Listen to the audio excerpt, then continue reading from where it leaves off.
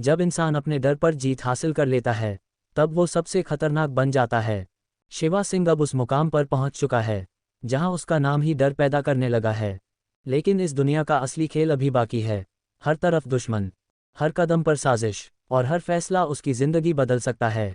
अब ये सिर्फ पावर का खेल नहीं रहा, ये बन चुका है इज्जत, बदला और पहचान की जंग। क्या शिवा इस जंग में खुद को साबित कर पाएगा, या फिर कोई ऐसा वार होगा जो उसे हमेशा के लिए खत्म कर देगा? लेकिन कहानी शुरू करने से पहले वीडियो को लाइक जरूर करें, अपने दोस्तों के साथ शेयर करें, और कमेंट में बताएं आपको ऐसी स्टोरीज कैसी लगती हैं। और अगर आप चाहते हैं ऐसी ही दमदार, दिलचस्प और दिल को छू जाने वाली कहानियाँ, तो अभी स्टोरी बॉक्स एफएम को सब्सक्राइब कर लीजिए, क्योंकि यहाँ हर कहानी आपको एक नई दुनिया में ले जाएगी। तो चलिए शुरू करते हैं आज की कहानी। सेलिना ख्यालों और सपनों से भरी एक औरत थी। इस साल वह सिर्फ 28 साल की हुई थी, लेकिन उसकी शादी 50 साल से भी ज़्यादा उम्र के मिस्टर जेम्स से कर दी गई। इसकी इकलौती वजह यह थी कि जेम्स का परिवार बेहद रसूखदार था और सेलिना का परिवार इंग्लैंड में अपना व्यापार फैलाने के लिए उनके साथ रिश्तेदारी जोड़ना चाहता था। सेलिना के पास इनकार करने की कोई वजह नहीं थी। अपने परिवार की खातिर वह अपना सब कुछ कुर्बान करने को तैयार थी। इसके अलावा जेम्स परिवार इंग्लैंड के सबसे ताकतवर परिवारों में गिना जाता था, जहां शादी करना किसी आम इंसान के बस की बात नहीं थी। शादी के बाद सेलिना अपने पति जेम्स के साथ मुंबई आ गई, जहां जेम्स कॉलोनी के एक सीनियर पुलिस अधीक्षक बन गए थे। सेलिना के पास करने को कुछ खास नहीं था। वह अपना सारा वक्त बस रोमांटिक किताबें पढ़ने या गोवा जाकर जुआ खेलने में बिताती थी। जेम्स उसकी हर हरकत से वाकिफ था, लेकिन उसने कभी कुछ कहने की हिम्मत नहीं की। उल्टे वह सेलिना की हर जिद के आगे सिर झुका देता था, क्योंकि जेम्स अंदर से जानता था कि वह सेलिना के लायक नहीं है। वह काफ़ी बूढ़ा हो चुका था और उसे वह प्यार और जुनून नहीं दे सकता था जिसकी उसे चाहत थी, जबकि सेलिना बेहद हसीन और जवान थी। जेम्स की खामोश रजामंदी पाकर सेलिना ने गोवा के कसीनो में अपना आना जाना और भी बढ़ा दिया। हर बार जेम्स उसकी सुरक्षा के लिए एक भरोसेमंद अंगरक्षक उसके साथ भेजता था। बेशक इसका असली मकसद उस पर नज़र रखना होता था, ये देखना कि वह जुए में कितने पैसे लुटा रही है और किन आदमियों के साथ उठ बैठ रही है। आदमी चाहे बूढ़ा हो या जवान, वह अपनी औरत पर शक जरूर करता है, खासकर तब जब वह भला की खूबसूरत हो। इस वक्त सेलिना ने शिवा सिंह का वाइन चखने का न्योता 2 वजहों से कबूल किया था। पहला, शिवा ने अभी अभी लॉबी में उसकी इज्जत बचाई थी। दूसरा, वह एक औरत के तौर पर अपनी जिंदगी में बहुत अकेलापन महसूस कर रही थी। कहने को तो शिवा और सेलिना आमने सामने बैठकर हंसते मुस्कुराते हुए बातें कर रहे थे, लेकिन असल में दोनों के दिमाग में अपनी अपनी खिचड़ी पक रही थी। ... आधे घंटे बाद, अपनी रेड वाइन का घूंट भरने के बाद, शिवा ने बड़े आराम से एक नैपकिन उठाया और अपने होंठ पोंछते हुए मुस्कुराकर बोला, आपकी ब्रिटिश परंपरा कहती है कि जब दोस्त मिलते हैं, खासकर किसी खूबसूरत महिला के सामने, तो काम की बात करने से पहले आधे घंटे तक मौसम का हाल चाल लेना चाहिए।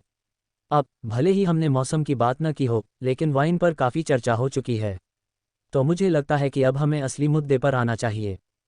सच में, तो मुझे अंदाज़ा लगाने दो कि तुम क्या कहना चाहते हो। ये हमारी पहली मुलाकात है, हम एक दूसरे को बिल्कुल नहीं जानते, तो जाहिर है कि हमारे बीच बात करने के लिए कुछ और नहीं हो सकता।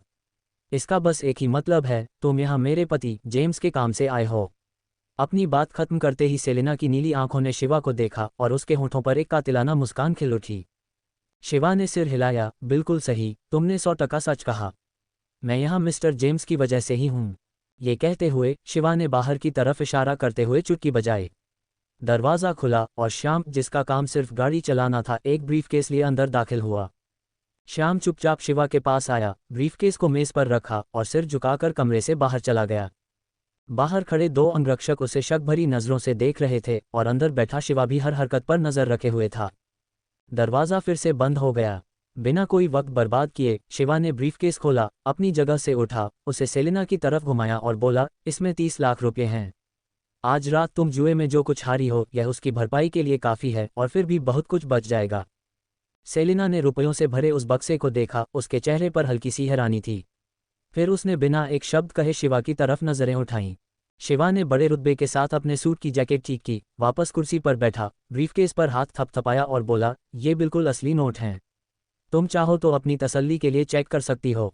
सेलिना मुस्कुराई, मेज़ पर रखे अपने लाल हैंडबैग से सोब्रानी सिगरेट का एक पैकेट निकाला और एक सिगरेट अपने होठों में दबा ली। उसने खटाक की आवाज़ के साथ एक पतले धातु के लाइटर से उसे जलाया, अपनी लंबी टांगों को क्रॉस किया, ठुड्डी को हल्का सा ऊपर उठाया और पुदीने की महक वाले धुएं का एक छल्ला शिवा की तरफ छोड़ते हुए बोली, मुझे माफ़ करना मिस्टर शिवा, मैं ये पैसे नहीं ले सकती। शिवा हल्का सा हंसा, अपनी जेब से सिगरेट की डिब्बी निकाली, एक मालबोरो बाहर निकाली और डिब्बी को मेज़ पर फेंक दिया। क्या मैं इसकी वजह जान सकता हूँ? क्योंकि मैं जेम्स नहीं हूँ, मैं सिर्फ उसकी पत्नी हूँ। ऐसी बहुत सी चीज़ें हैं जिनसे मुझे कोई लेना देना नहीं है, मैं उनके बारे में सोचना भी नहीं चाहती और किसी मामले में टांग अड़ाना तो बिल्कुल नहीं चाहती। शिवा ने कंधे उचकाए और अपनी सिगरेट जला ली। मैं समझ गया तुम्हारा क्या मतलब है। ऐसा लगता है कि तुम्हारे और तुम्हारे पति के बीच सब कुछ ठीक नहीं चल रहा है। तुम्हारे कहने का क्या मतलब है? सेलिना को गुस्सा आने लगा था, मानो शिवा ने अपना शरीफों वाला मुखौटा उतारकर अपना असली और बेशर्म चेहरा दिखा दिया हो। क्या मुझे ये भी समझाना पड़ेगा? अगर कोई औरत अपने पति के मामलों से दूर भागती है तो इसकी सिर्फ दो ही वजहें होती हैं। पहला, उसके पति ने उसे छोड़ दिया है, या दूसरा, उसने खुद अपने पति को दिल से निकाल दिया है। सच में, तो तुम इस नतीजे पर पहुंचे हो। सेलिना ने अपनी सिगरेट का एक गहरा कश लिया। जहां तक मेरी बात है, मैं बस अपने लिए कोई नई मुसीबत खड़ी नहीं करना चाहती। और अगर मैं गलत नहीं हूं तो ये पैसे तुम्हारे नहीं हैं, ये पक्का किसी हिंदुस्तानी डिटेक्टिव के होंगे। शिवा ने पहली बार सेलिना को इतनी गौर से देखा, उसके चेहरे पर हैरानी साफ झलक रही थी। सेलिना को शिवा के उड़े हुए होश देखकर बड़ा मजा आ रहा था। उसने अपनी आंखें सिकुड़ी और बड़े आराम से उसकी तरफ धुएं का एक छल्ला उड़ाते हुए कहा, क्या तुम्हें लगता है कि मैं कोई बेवकूफ़ हूँ? चमकती आंखों वाली औरतें हमेशा बेवकूफ़ नहीं होती, और न ही वे हमेशा ख्याली पुलाव पकाती हैं। मेरी बात करूं तो मैं वो सपनों वाली उम्र काफ़ी पीछे छोड़ आई हूं। अब मैं सिर्फ हकीकत पर भरोसा करती हूं। और हकीकत बहुत कड़वी होती है, इसलिए तुम्हें उस हिंदुस्तानी डिटेक्टिव से कह देना चाहिए कि वह अपना वक्त बर्बाद न करे। शिवा ठहाका मारकर हंसा, इस दुनिया में हर चीज़ की एक कीमत होती है। अगर तुम 30 लाख से खुश नहीं हो तो तुम अपनी कीमत खुद बता सकती हो। सेलिना भी हंस पड़ी, तुम गलत सोच रहे हो मिस्टर शिवा। बात यह नहीं है कि पैसे कम हैं, बल्कि बात यह है कि मैं इन्हें ले ही नहीं सकती। सेलिना ने अपनी सिगरेट की राख एस्ट्रे में झटकी। अगर मैं तुम्हारे पैसे ले लेती हूं तो जेम्स पक्का अपना मन बदल लेगा। क्या इसका मतलब यह नहीं होगा कि मेरे पति ने जिस हिंदुस्तानी डिटेक्टिव को चुना है उसकी उम्मीदें टूट जाएंगी? हमारे यहाँ एक कहावत है, जिसका नमक खाओ उसका हक अदा करो। अगर तुम पैसे ले लेते हो लेकिन काम पूरा नहीं करते तो कल को तुम पर कौन भरोसा करेगा? ईमानदारी ही तरक्की की नींव है, और यह एक ऐसी शानदार परंपरा है जिसे हमारी ब्रिटिश सरकार ने हमेशा व्यापार में सबसे ऊपर रखा है। चाहे हम बैंक चला रहे हों, कोई धंधा कर रहे हों, या राजनीति में हों, हमें अपने उसूलों पर टिके रहना ही पड़ता है। सेलिना की ये बातें सुनकर शिवा का मन किया कि वह उसके लिए तालियां बजा दे। उसने सच में इस विदेशी औरत को कुछ ज़्यादा ही कमज़ोर समझ लिया था। असल में वह जिंदगी के इतने गहरे उसूलों को बखूबी समझती थी। सीधी सी बात थी, वह इन चंद पैसों के लालच में अपना ज़मीर नहीं बेच सकती थी। अगर वह अपनी ईमानदारी खो देती तो आगे चलकर अपने बड़े फायदे कैसे निकालती?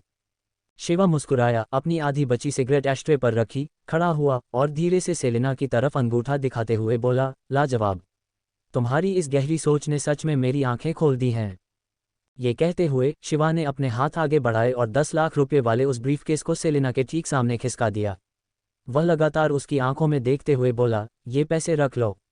जेम्स के पुराने फैसले को बदलने की कोई ज़रूरत नहीं है। तुम्हें बस एक छोटा सा काम करना है, और वह है उसे एक नया पद देना। शिवा आगे की तरफ झुका और उसने अपने होंठ सेलिना के गालों के करीब कर दिए। जैसे ही सेलिना के दिल की धड़कनें तेज होने लगी, शिवा ने धीरे से विदेशी भाषा में कुछ कहा, फिर वापस अपनी कुर्सी पर बैठ गया और एस्ट्रे पर रखी अपनी सिगरेट दोबारा उठा ली। ये पद, जिसे हमारी भाषा में कहते हैं, शिवा ने अपनी टांगों को एक के ऊपर एक रखते हुए और सिगरेट का एक गहरा कश लेते हुए कहा, चीफ डिटेक्टिव इंस्पेक्टर। जब से अंग्रेज़ों ने मुंबई पर कब्जा किया था, यहाँ के प्रशासन को बेहतर तरीके से चलाने के लिए उन्होंने हिंदुस्तानियों पर राज करने के लिए हिंदुस्तानियों का ही इस्तेमाल करने की नीति अपनाई, खासकर पुलिस महकमे में। पुराने वक्त में अंग्रेज़ों ने सुरक्षा के लिए खास पुलिस वालों को काम पर रखा था। ये सिपाही हरे रंग की फौजी वर्दी पहनते थे और इन्हें बड़े सिर वाले हरे कमीज कहा जाता था। हालांकि जैसे जैसे मुंबई की आबादी बढ़ी और यहाँ के हालात बिगड़ने लगे, अंग्रेज़ों ने हिंदुस्तानी डिटेक्टिव का पद बनाना शुरू कर दिया, जिससे स्थानीय लोगों को सुरक्षा महकमे में सबसे निचले स्तर पर रखा जा सके। इनमें से ज़्यादातर हिंदुस्तानी डिटेक्टिव बहुत ही साधारण परिवारों से आते थे और उनकी जान पहचान का दायरा बहुत अजीब और बड़ा होता था। वे अक्सर रसूखदार होते थे और उनकी पहुंच बहुत ऊपर तक होती थी। डिटेक्टिव बनने के बाद वे अक्सर ऐसे कई मामले सुलझा लेते थे जो आम पुलिस नहीं सुलझा पाती थी, और इसीलिए महकमे में उनकी अहमियत लगातार बढ़ती जा रही थी। 1950 और 60 के दशक की मुंबई में भले ही इन हिंदुस्तानी डिटेक्टिव्स के पास कोई बहुत बड़ा सरकारी पद नहीं था, लेकिन असली ताकत उन्हीं के हाथों में थी और अपने अपने इलाकों में वे किसी भगवान से कम नहीं थे। इन तमाम डिटेक्टिव्स में चीफ डिटेक्टिव हमेशा सबसे ज्यादा ताकतवर माना जाता था। पहले इन निचले स्तर के हिंदुस्तानी डिटेक्टिव्स पर लगाम कसने के लिए ब्रिटिश सरकार ने लगभग हर इलाके में एक पद बनाया, जिससे मुंबई के 18 इलाकों में 18 डिटेक्टिव हो गए। बाद में इन 18 डिटेक्टिव्स में से एक आदमी सबसे अलग और ताकतवर बनकर उभरा, जिसने सीधे पूरे साउथ बॉम्बे इलाके पर अपना कब्जा जमा लिया। उसे साउथ बॉम्बे का चीफ डिटेक्टिव कहा जाने लगा। उस आदमी का नाम था योगेश दत्त। योगेश दत्त का जन्म चंदनपुर जिले में हुआ था और वह पहले फौज में काम कर चुका था। अपनी चालाकी और काबिलियत की वजह से उसके अंग्रेज अफसर उसे बहुत मानते थे। जुलाई 1949 में योगेश दत्त को पूरे साउथ बॉम्बे इलाके का प्रभारी चीफ इंस्पेक्टर बना दिया गया। बाद में अपनी खराब सेहत की वजह से उसने 1951 में अपना पद छोड़ने का ऐलान कर दिया और उसकी जगह लक्ष्मण साहब ने ली, जो उस समय मध्य मुंबई के चीफ इंस्पेक्टर थे।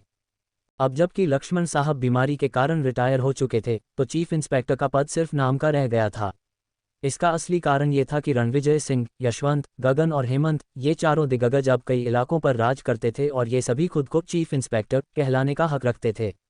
हालांकि लक्ष्मण साहब जैसे वरिष्ठ का सम्मान रखने के लिए वे खुद को सिर्फ चीफ इंस्पेक्टर ही कहते थे। लेकिन अब शिवा सिंह ने चीफ डिटेक्टिव इंस्पेक्टर का पद बनाने का एक बिल्कुल अनोखा विचार पेश किया था, जिसने सेलिना को बहुत हैरान कर दिया। सेलिना को जिस बात ने सबसे ज्यादा चौंकाया वह थी शिवा द्वारा चीफ हिंदुस्तानी डिटेक्टिव के पद की समझाई गई अहमियत। वो सभी हिंदुस्तानी डिटेक्टिव्स का मुखिया होगा और उसकी हैसियत सिर्फ सबसे बड़े पुलिस अधिकारी के बाद दूसरे नंबर पर होगी। चीफ इंस्पेक्टर, चीफ डिटेक्टिव, सिर्फ एक शब्द का हेरफेर और ताकत में जमीन आसमान का फर्क। सेलिना हंस पड़ी। शिवा को देखकर उसकी हंसी रुक ही नहीं रही थी। उसने अपना वाइन का गिलास उठाया और एक घूंट लिया, लेकिन वह लगातार हंसती रही, यहाँ तक कि लाल वाइन छलककर उसके होठों के कोनों पर लग गई। सेलिना ने एक नैपकिन उठाया, उससे अपने होंठ पोंछे और अपनी गहरी नीली आंखों से शिवा को घूरते हुए बोली, मिस्टर शिवा, क्या तुम मेरे साथ शब्दों का खेल खेल रहे हो? भले ही मैं हिंदुस्तानी नहीं हूँ, लेकिन मुझे यहाँ की संस्कृति के बारे में थोड़ा बहुत पता है। क्या तुम्हारा ये चीफ डिटेक्टिव इंस्पेक्टर का पद कुछ ज़्यादा ही बड़ा नहीं है? शिवा ने जवाब दिया, दुनिया में कोई ना कोई तो ऐसा होना ही चाहिए जो कुछ नया करने की शुरुआत करे, है ना? सेलिना ने सहमति में सिर हिलाया। तुम सही कह रहे हो, बिना कोशिश किए कैसे पता चलेगा? लेकिन सेलिना ने अपनी लंबी टांगों को एक के ऊपर एक रखा और अपने वाइन के गिलास को गोल गोल घुमाया। यशवंत ने मुंबई के 3 मुख्य इलाकों का मालिक बनने के लिए सिर्फ 30 लाख रुपये दिए थे, जबकि तुम 30 लाख देकर पूरे मुंबई के 18 इलाकों के मालिक और चीफ इंस्पेक्टर बनना चाहते हो। क्या तुम्हें नहीं लगता कि तुम्हारी भूख कुछ ज़्यादा ही बड़ी है? तो फिर मैं चाहूँगा कि मिस्टर जेम्स की भूख और भी बड़ी हो। अगर मुझे सही से याद है तो वे 2 साल में रिटायर होने वाले हैं। आप जैसी खूबसूरत और जवां पत्नी के साथ पूरी दुनिया घूमने के लिए बिना अच्छी खासी बचत के काम चलाना बहुत मुश्किल होगा, मैडम। शिवा ने बहुत ही शांति से अपनी बात कही और एस्ट्रे में अपनी सिगरेट, जो लगभग पूरी जल चुकी थी, धीरे से बुझा दी। 30 लाख, सेलिना ने अचानक कहा, अभी रात के 10 बजे हैं। मैं तुम्हें इंतज़ाम करने के लिए 2 घंटे का वक्त देती हूँ। रात के 12 बजे से पहले 30 लाख लेकर आओ और तब मैं तुम्हारे लिए अपने पति को राज़ी करूँगी। तुम्हें समझना चाहिए मेरे प्यारे दोस्त, गोवा से मुंबई वापस जाने वाली आखिरी नाव रात के 12 बजे निकलती है। मैं 1 मिनट, बल्कि 1 सेकंड का भी और इंतज़ार नहीं कर सकती। बेशक अगर तुमने 12 बजे तक ये रकम नहीं जुटाई तो मुझे खेद है, मैं तुम्हारे दिए हुए ये 30 लाख रुपये जब्त कर लूँगी और तुम्हारी कोई मदद नहीं करूँगी। अपनी बात खत्म करने के बाद सेलिना ने जानबूझकर शिवा को अपनी नीली आंखों से एक नशीला और उकसाने वाला इशारा किया। तो प्यारे मिस्टर शिवा, एक चीफ डिटेक्टिव इंस्पेक्टर के लिए 60 लाख, क्या तुम ये जुआ खेलने की हिम्मत रखते हो? या यूं कहूं, क्या तुम अपने पीछे खड़े चीफ डिटेक्टिव इंस्पेक्टर के लिए ये दांव लगाने की हिम्मत रखते हो? शिवा मुस्कुराया, अपनी जगह से खड़ा हुआ, अपना एक हाथ पीठ के पीछे रखा और दूसरा हाथ सेलिना की तरफ बढ़ा दिया। सेलिना ने अपने हाथों की उंगलियां उसके हाथ में रख दीं। शिवा ने एक सच्चे जेंटलमैन की तरह झुककर सेलिना के हाथ को चूमा, फिर ऊपर देखकर बोला, आपके साथ काम करना मेरे लिए खुशी की बात होगी। ... एक जोरदार धड़ाम की आवाज के साथ शिवा ने दरवाज़ा धक्का देकर खोला और लंबे डग भरता हुआ बाहर निकल गया। दरवाजे पर इंतजार कर रहा श्याम भी घबराकर उसके पीछे भागा। सेलिना के दोनों अंगरक्षक एक दूसरे का मुंह देखने लगे, उन्हें कुछ समझ नहीं आ रहा था कि आखिर चल क्या रहा है। सेलिना उसी शानदार वीआईपी कमरे में बैठी रही, अपनी रेड वाइन पीती रही और बीच बीच में उसकी सुरीली हंसी की आवाज़ कमरे में गूंजती रही। जैसे ही शिवा कमरे से बाहर निकला, थोड़ी ही दूरी पर खड़े देव और शिव भी उसके पास पहुंच गए और वे तीनों श्याम के साथ साथ शिवा के पीछे चलने लगे। शिवा बाबू, क्या हुआ? मुझसे फालतू के सवाल मत पूछो, मुझे अभी इसी वक्त शंकर भाई से मिलना है। शिवा ने कहा। देव और बाकी लोगों को एहसास हो गया कि कुछ बहुत बड़ी बात हुई है, लेकिन किसी की भी आगे सवाल पूछने की हिम्मत नहीं हुई। उन्होंने जल्दी से श्याम को गाड़ी निकालने के लिए कहा। जल्द ही शिवा गाड़ी में बैठ गया। देव और शिव भी पीछे खिसक कर बैठ गए। श्याम ने एक्सीलेटर पर पैर रखा और गाड़ी हवा से बातें करने लगी। इसके बावजूद शिवा को लग रहा था कि गाड़ी की रफ्तार काफ़ी नहीं है और उसने श्याम को और तेज चलाने के लिए कहा। फिर एक काले रंग की फॉक्सवैगन गाड़ी गोवा की एक भीड़ भरी मुख्य सड़क पर अंधाधुंध दौड़ने लगी, जिससे आसपास के लोगों में अफरा तफरी मच गई और वे पीछे से ड्राइवर को गालियां देने लगे। ... जब शिवा लंगड़े शंकर के 3 मंजिला आलीशान घर पहुंचा तो रात के लगभग 10:30 बज रहे थे। वह विदेशी अंदाज में बनी इमारत अभी भी रोशन थी और अंदर से रह रहकर किसी के दर्द से चीखने की भयानक आवाज़ें आ रही थीं। शिवा के पीछे आ रहे देव और बाकी लोगों को शायद इन चीखों की आदत हो चुकी थी, लेकिन शिवा के माथे पर सिलवटें पड़ गईं। जल्द ही वे तीसरी मंजिल पर पहुंच गए। दरवाजे पर खड़े पहरेदार ने शिवा को पहचान लिया और बोला, जरा रुकिए, शंकर भाई अंदर पैसे गिन रहे हैं। उधारी वसूलना मतलब हिसाब किताब चुकता करना। लंगड़ा शंकर जब भी मुंबई से गोवा आता था तो उसका सबसे पहला काम यही उधारी वसूलना होता था। शिवा ने कहा कि उसे शंकर भाई से किसी बहुत ज़रूरी मामले पर बात करनी है और पहरेदार से उन्हें इत्तला करने को कहा। वह आदमी अंदर गया और कुछ कहा, फिर वापस मुड़कर बोला, जाए अंदर, शंकर भाई आपका ही इंतज़ार कर रहे हैं। जैसे ही शिवा ने कमरे में कदम रखा, उसकी नज़र छत की कड़ी से उल्टे लटके हुए एक आदमी पर पड़ी। उसके हाथ पैर एक 4 पैरों वाले सुअर की तरह बंधे हुए थे और उसका पूरा शरीर चोटों और नीले निशानों से भरा हुआ था। लंगड़े शंकर ने अपनी बैसाखी उठाई और उस 4 पैरों वाले सुअर को जोर जोर से मारते हुए गालियां बकने लगा। हरामजादे, तेरी इतनी हिम्मत कि तू मेरे पैसे दबाकर बैठेगा? मेरा बस चले तो मैं अभी तेरे 8 टुकड़े कर दूं।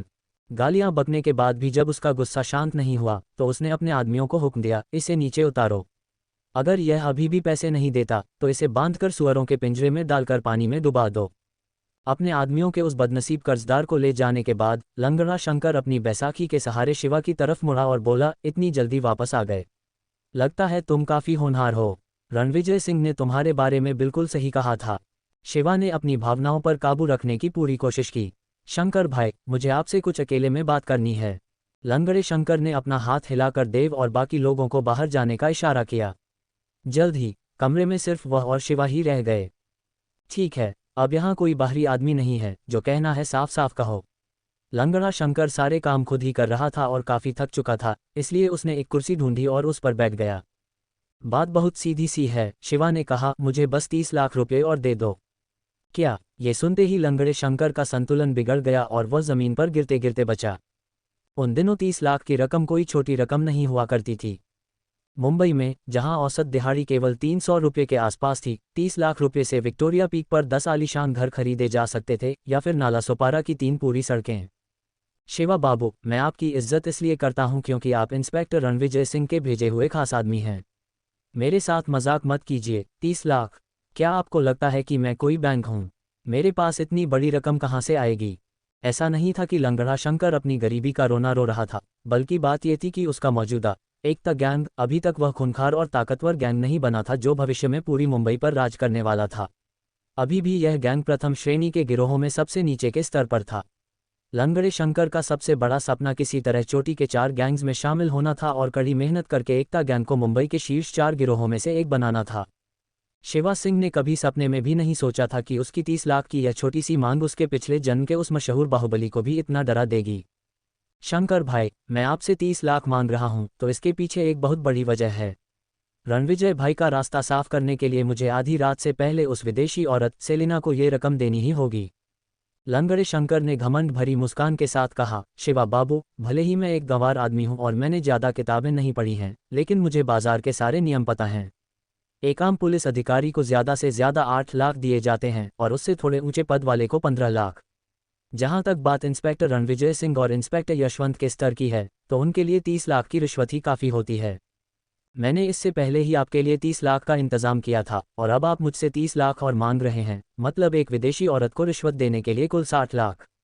क्या आपको लगता है कि मैं आपकी इस बात पर यकीन कर लूँगा? शिवा मुस्कुराया। उसने अपनी जेब से एक सिगरेट निकाली और लंगड़े शंकर की तरफ बढ़ाते हुए कहा, शंकर भाई, अगर आपको सिगार पीने की आदत है तो एक बार यह पतली वाली सिगरेट आजमा कर देखिए, इसका स्वाद बिल्कुल अलग और अनोखा है। लंगड़े शंकर ने सिगरेट ली, अपनी बैसाखी नीचे रखी, वापस कुर्सी पर बैठा और सिगरेट अपने होठों के बीच दबा ली। शिवा ने माचिस निकालकर उसकी सिगरेट जलाई, तीली बुझाई और उसे लापरवाही से एशट्रे में फेंक दिया। शंकर भाई, इस बार मैं 60 लाख सिर्फ इसलिए दे रहा हूं ताकि रणविजय भाई एक बहुत बड़ा दांव खेल सकें। 60 लाख देकर हम विदेशियों से सबसे बड़े पुलिस अधिकारी की कुर्सी खरीद रहे हैं। सारे पुलिस थानों का सबसे बड़ा अधिकारी। लंगड़ा शंकर पूरी तरह से सन्न रह गया। बिल्कुल सही, पूरी मुंबई का सबसे बड़ा पुलिस अधिकारी जो मुंबई के सभी पुलिस वालों पर नजर रखेगा। अगर और साफ शब्दों में कहूं तो भविष्य में वह मुंबई के सभी 18 इलाकों का प्रभारी होगा और हर छोटे बड़े पुलिस वाले को उसके आदेश मानने होंगे और उसी के इशारों पर नाचना होगा। क्या क्या सच में ऐसा मुमकिन है? लंगड़े शंकर का दिल जोरों से धड़कने लगा और उसका दिमाग तेजी से दौड़ने लगा। वह अपने दिमाग में हिसाब लगाने लगा कि यह काम किया जाए या नहीं, अगर उसने ऐसा किया तो उसे क्या इनाम मिलेगा और अगर नहीं किया तो इसके अंजाम क्या होंगे। शंकर भाई, आप आज रात ये 30 लाख दें या ना दें, लेकिन आप पहले ही रणविजय भाई की मदद कर चुके हैं। अब आप भी रणविजय भाई की ही नाव में सवार हैं, जीत हो या हार दोनों को साथ मिलकर ही झेलनी होगी। शिवा का लहजा बहुत ही सामान्य था, लेकिन उसकी बातों ने पीछे हटने का कोई रास्ता नहीं छोड़ा था। अगर रणविजय भाई को ये कुर्सी नहीं मिली तो क्या आपको लगता है कि इंस्पेक्टर यशवंत आपको ऐसे ही जाने देगा? आज रात आपने रणविजय भाई की जो मदद की है उसका सीधा सा मतलब है कि आपने यशवंत से दुश्मनी मोल ले ली है। वह जितना बदला लेने वाला इंसान है, आज नहीं तो कल वह आपसे सारा हिसाब बराबर जरूर करेगा। इसके उलट अगर आप 30 लाख देकर रणविजय भाई की ताकत बढ़ाते हैं और उन्हें सबसे बड़ा पुलिस अधिकारी बनने में मदद करते हैं तो आप इस जीत के सबसे बड़े भागीदार होंगे। रणविजय भाई एक सच्चे और उसूलों वाले इंसान हैं और आप सभी मारवाड़ से ही ताल्लुक रखते हैं। जब सही वक्त आएगा तो हम सब एक परिवार की तरह होंगे और वह आपको कामयाबी की चोटी तक ले जाने में पूरी मदद करेंगे, जिससे आपका एकता गैंग मुंबई का नंबर 1 गिरोह बन जाएगा। शिवा की ये बातें सुनकर लंगड़े शंकर ने गहरी सांस खींचते हुए सिगरेट के 2 कश लिए। उसके होंठ हल्के से कांप रहे थे और उसकी आंखों में एक तीव्र चमक उठने लगी थी। शिवा साफ देख सकता था कि यह शंकर के अंदर दबी हुई वह भूख और महत्वाकांक्षा थी जिसे उसने अपनी बातों से जगा दिया था। इससे पहले लंगड़े शंकर की सबसे बड़ी ख्वाहिश किसी तरह मुंबई के शीर्ष 4 गिरोहों में जगह बनाना था, लेकिन अब उसके सामने मुंबई का नंबर 1 बनने का सुनहरा मौका खड़ा था। और हाँ शंकर भाई, अगर आपको लगता है कि रणविजय भाई की मदद के लिए 30 लाख देना घाटे का सौदा है तो काम पूरा होने के बाद आप रणविजय भाई से अपने पैसे वापस मांग सकते हैं। मुझे नहीं लगता कि वह आपको पैसे देने से मना करेंगे। आप जानते हैं कि वह किस तरह के इंसान हैं, वह दोस्ती निभाने में सबसे आगे रहते हैं। इसके अलावा जब मैं गवाह के रूप में यहाँ मौजूद हूँ तो रणविजय भाई कभी अपने कर्ज से मुकर नहीं सकते। लंगड़े शंकर ने अपनी आंखें घुमाईं। अगर रणविजय सिंह सच में सबसे बड़ा पुलिस अधिकारी बन जाता तो वह खुशी खुशी 50 लाख तक देने को तैयार हो जाता। 30 लाख तो बहुत छोटी रकम थी। भला वह अपने पैसे वापस क्यों मांगता? शिवा ने एक बार फिर से लंगड़े शंकर के दिमाग में चल रही उथल पुथल को पढ़ लिया था। सुनिए शंकर भाई, आज जब हम पहली बार मिले थे तो मैंने एक बात कही थी, जीवन और मृत्यु पहले से तय हैं, दौलत और शोहरत किस्मत से मिलती है। लेकिन अब मैं इसमें एक और बात जोड़ना चाहता हूँ, मेरी किस्मत मेरे अपने हाथों में है, ऊपर वाले के हाथों में नहीं। शिवा ने एक ऐसा प्रेरणादायक वाक्य कह दिया था जो उसके पिछले जन्म में बहुत आम हुआ करता था, लेकिन फिर भी इसमें एक गजब का रौब और ताकत भरी हुई थी। और जैसा सोचा था, लंगड़ा शंकर इस बात से पूरी तरह प्रभावित हो गया। उसकी आंखें अचानक चमक उठी। मेरी किस्मत मेरे अपने हाथों में है, ऊपर वाले के हाथों में नहीं। शिवा ने उसकी प्रतिक्रिया को ध्यान से देखा और कहा, शंकर भाई, अब फैसला करने का वक्त आ गया है। क्या आप हाथ आए इस मौके को यूं ही जाने देंगे और एकता गैंग के एक मामूली बॉस बने रहेंगे, या फिर इस मौके को कसकर पकड़ेंगे, अपनी किस्मत को बदलेंगे और एक बहुत बड़ा साम्राज्य खड़ा करेंगे? शिवा की ये बातें सुनकर लंगड़े शंकर का चेहरा अचानक से तन गया। उसकी मांसपेशियां फड़क उठी और उसने दांत पीसते हुए कहा, 30 लाख ही चाहिए ना? भले ही मुझे उमाशंकर को अपनी पाई पाई बेचनी पड़े और सूदखोरों से कर्ज लेना पड़े, मैं आज रात तुम्हारे लिए ये रकम लेकर आऊंगा। शिवा ने शंकर भाई को अंगूठा दिखाते हुए कहा, ये हुई ना बात। मैं रणविजय भाई की तरफ से आपको धन्यवाद देता हूँ। मुझे अभी धन्यवाद मत कहो। लंगड़े शंकर ने अपनी सिगरेट को जोर से जमीन पर फेंका, जिससे चिंगारियां उड़ने लगीं और अपनी बैसाखी के सहारे खड़ा होते हुए बोला, पहले मुझे पैसों का इंतजाम करने दो। ये कहने के बाद लंगड़ा शंकर मुड़ा और बाहर खड़े लोगों को आवाज लगाते हुए चिल्लाया, देव, शिव, श्याम, तुम सब जो भी जिंदा हो तुरंत अंदर आओ। जल्द ही वह कमरा लोगों से भर गया। वे सभी लंगड़े शंकर के आदमी और एकता गैंग के मुख्य सदस्य थे। लंगड़े शंकर की आंखें खून की तरह लाल हो रही थीं और उसकी नज़रें बेहद खूंखार लग रही थीं। उसने अपना हाथ बढ़ाया और अपनी टाई खींचते हुए लगभग चिल्लाते हुए कहा, जाओ। भले ही तुम्हें पूरे गोवा को तहस नहस क्यों ना करना पड़े, मुझे आधी रात से पहले हर हाल में 30 लाख और चाहिए। जब उसने ये शब्द कहे तो लंगड़े शंकर के चेहरे के हाव भाव ऐसे थे जिन्हें सिर्फ खूंखार और डरावना ही कहा जा सकता था। देव, शिव, श्याम और बाकी लोगों को कुछ समझ नहीं आ रहा था कि आखिर अचानक क्या हो गया है, लेकिन शंकर भाई का आदेश था, इसलिए उन्हें बस इसे मानना ही था।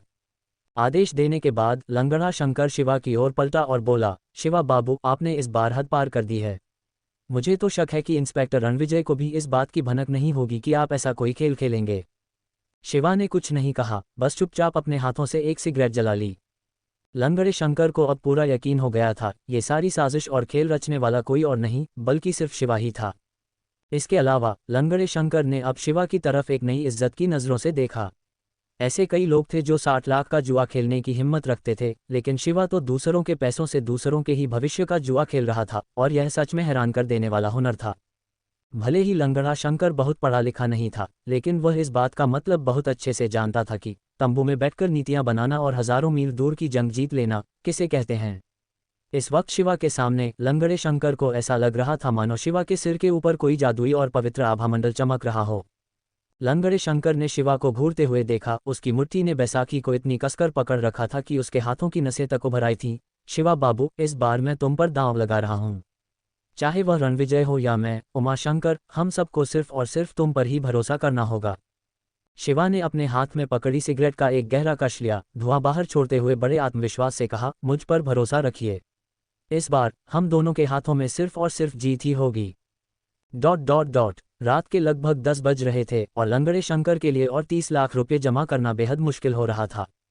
हालांकि एकता गैंग का गोवा में कुछ छोटा मोटा कारोबार था, लेकिन वे बहुत ही छोटे स्तर के काम थे, क्योंकि गोवा मुख्य रूप से कंपनी गिरोह का इलाका था। कहा जा सकता है कि इससे पहले लंगड़े शंकर ने शिवा के रॉयल बैंक के 30 लाख के चेक को भुनाने के चक्कर में एकता गैंग के लगभग सारे जमा पैसे खत्म कर दिए थे। लेकिन अब लंगड़ा शंकर बहुत बड़ी मुसीबत में फंस चुका था। पूरे पैसे जमा करने के लिए, जैसा उसने कहा था, उसने न सिर्फ अपना सब कुछ दांव पर लगा दिया और गोवा में मौजूद एकता गैंग की सारी संपत्तियां गिरवी रख दी, बल्कि गोवा के सबसे बड़े सूदखोर से 10 लाख रुपए का कर्ज भी ले लिया था। और इस तरह एकता गैंग के लोगों ने गोवा की पूरी सड़कों पर तहलका मचा दिया था और 30 लाख की रकम जुटाने में उन्हें 1 घंटे से भी ज्यादा का वक्त लग गया। इस समय तक लंगड़ा शंकर बुरी तरह से टूट और थक चुका था। वह सामने रखे उन 30 लाख रुपयों को देखने की हिम्मत भी नहीं जुटा पा रहा था, क्योंकि वे पैसे उसकी पूरी जिंदगी की खून पसीने की कमाई थे। शिवा, ऐसा नहीं है कि मुझे तुम पर भरोसा नहीं है, लेकिन ये 30 लाख रुपये मेरी जिंदगी का आखिरी दांव है, इसलिए मुझे भी अपने साथ चलने की इजाज़त दो। लंगड़ा शंकर सच में बहुत डरा हुआ था। अगर यह काम बिगड़ गया तो वह और उसका बनाया हुआ एकता गैंग पूरी तरह से बर्बाद हो जाएंगे।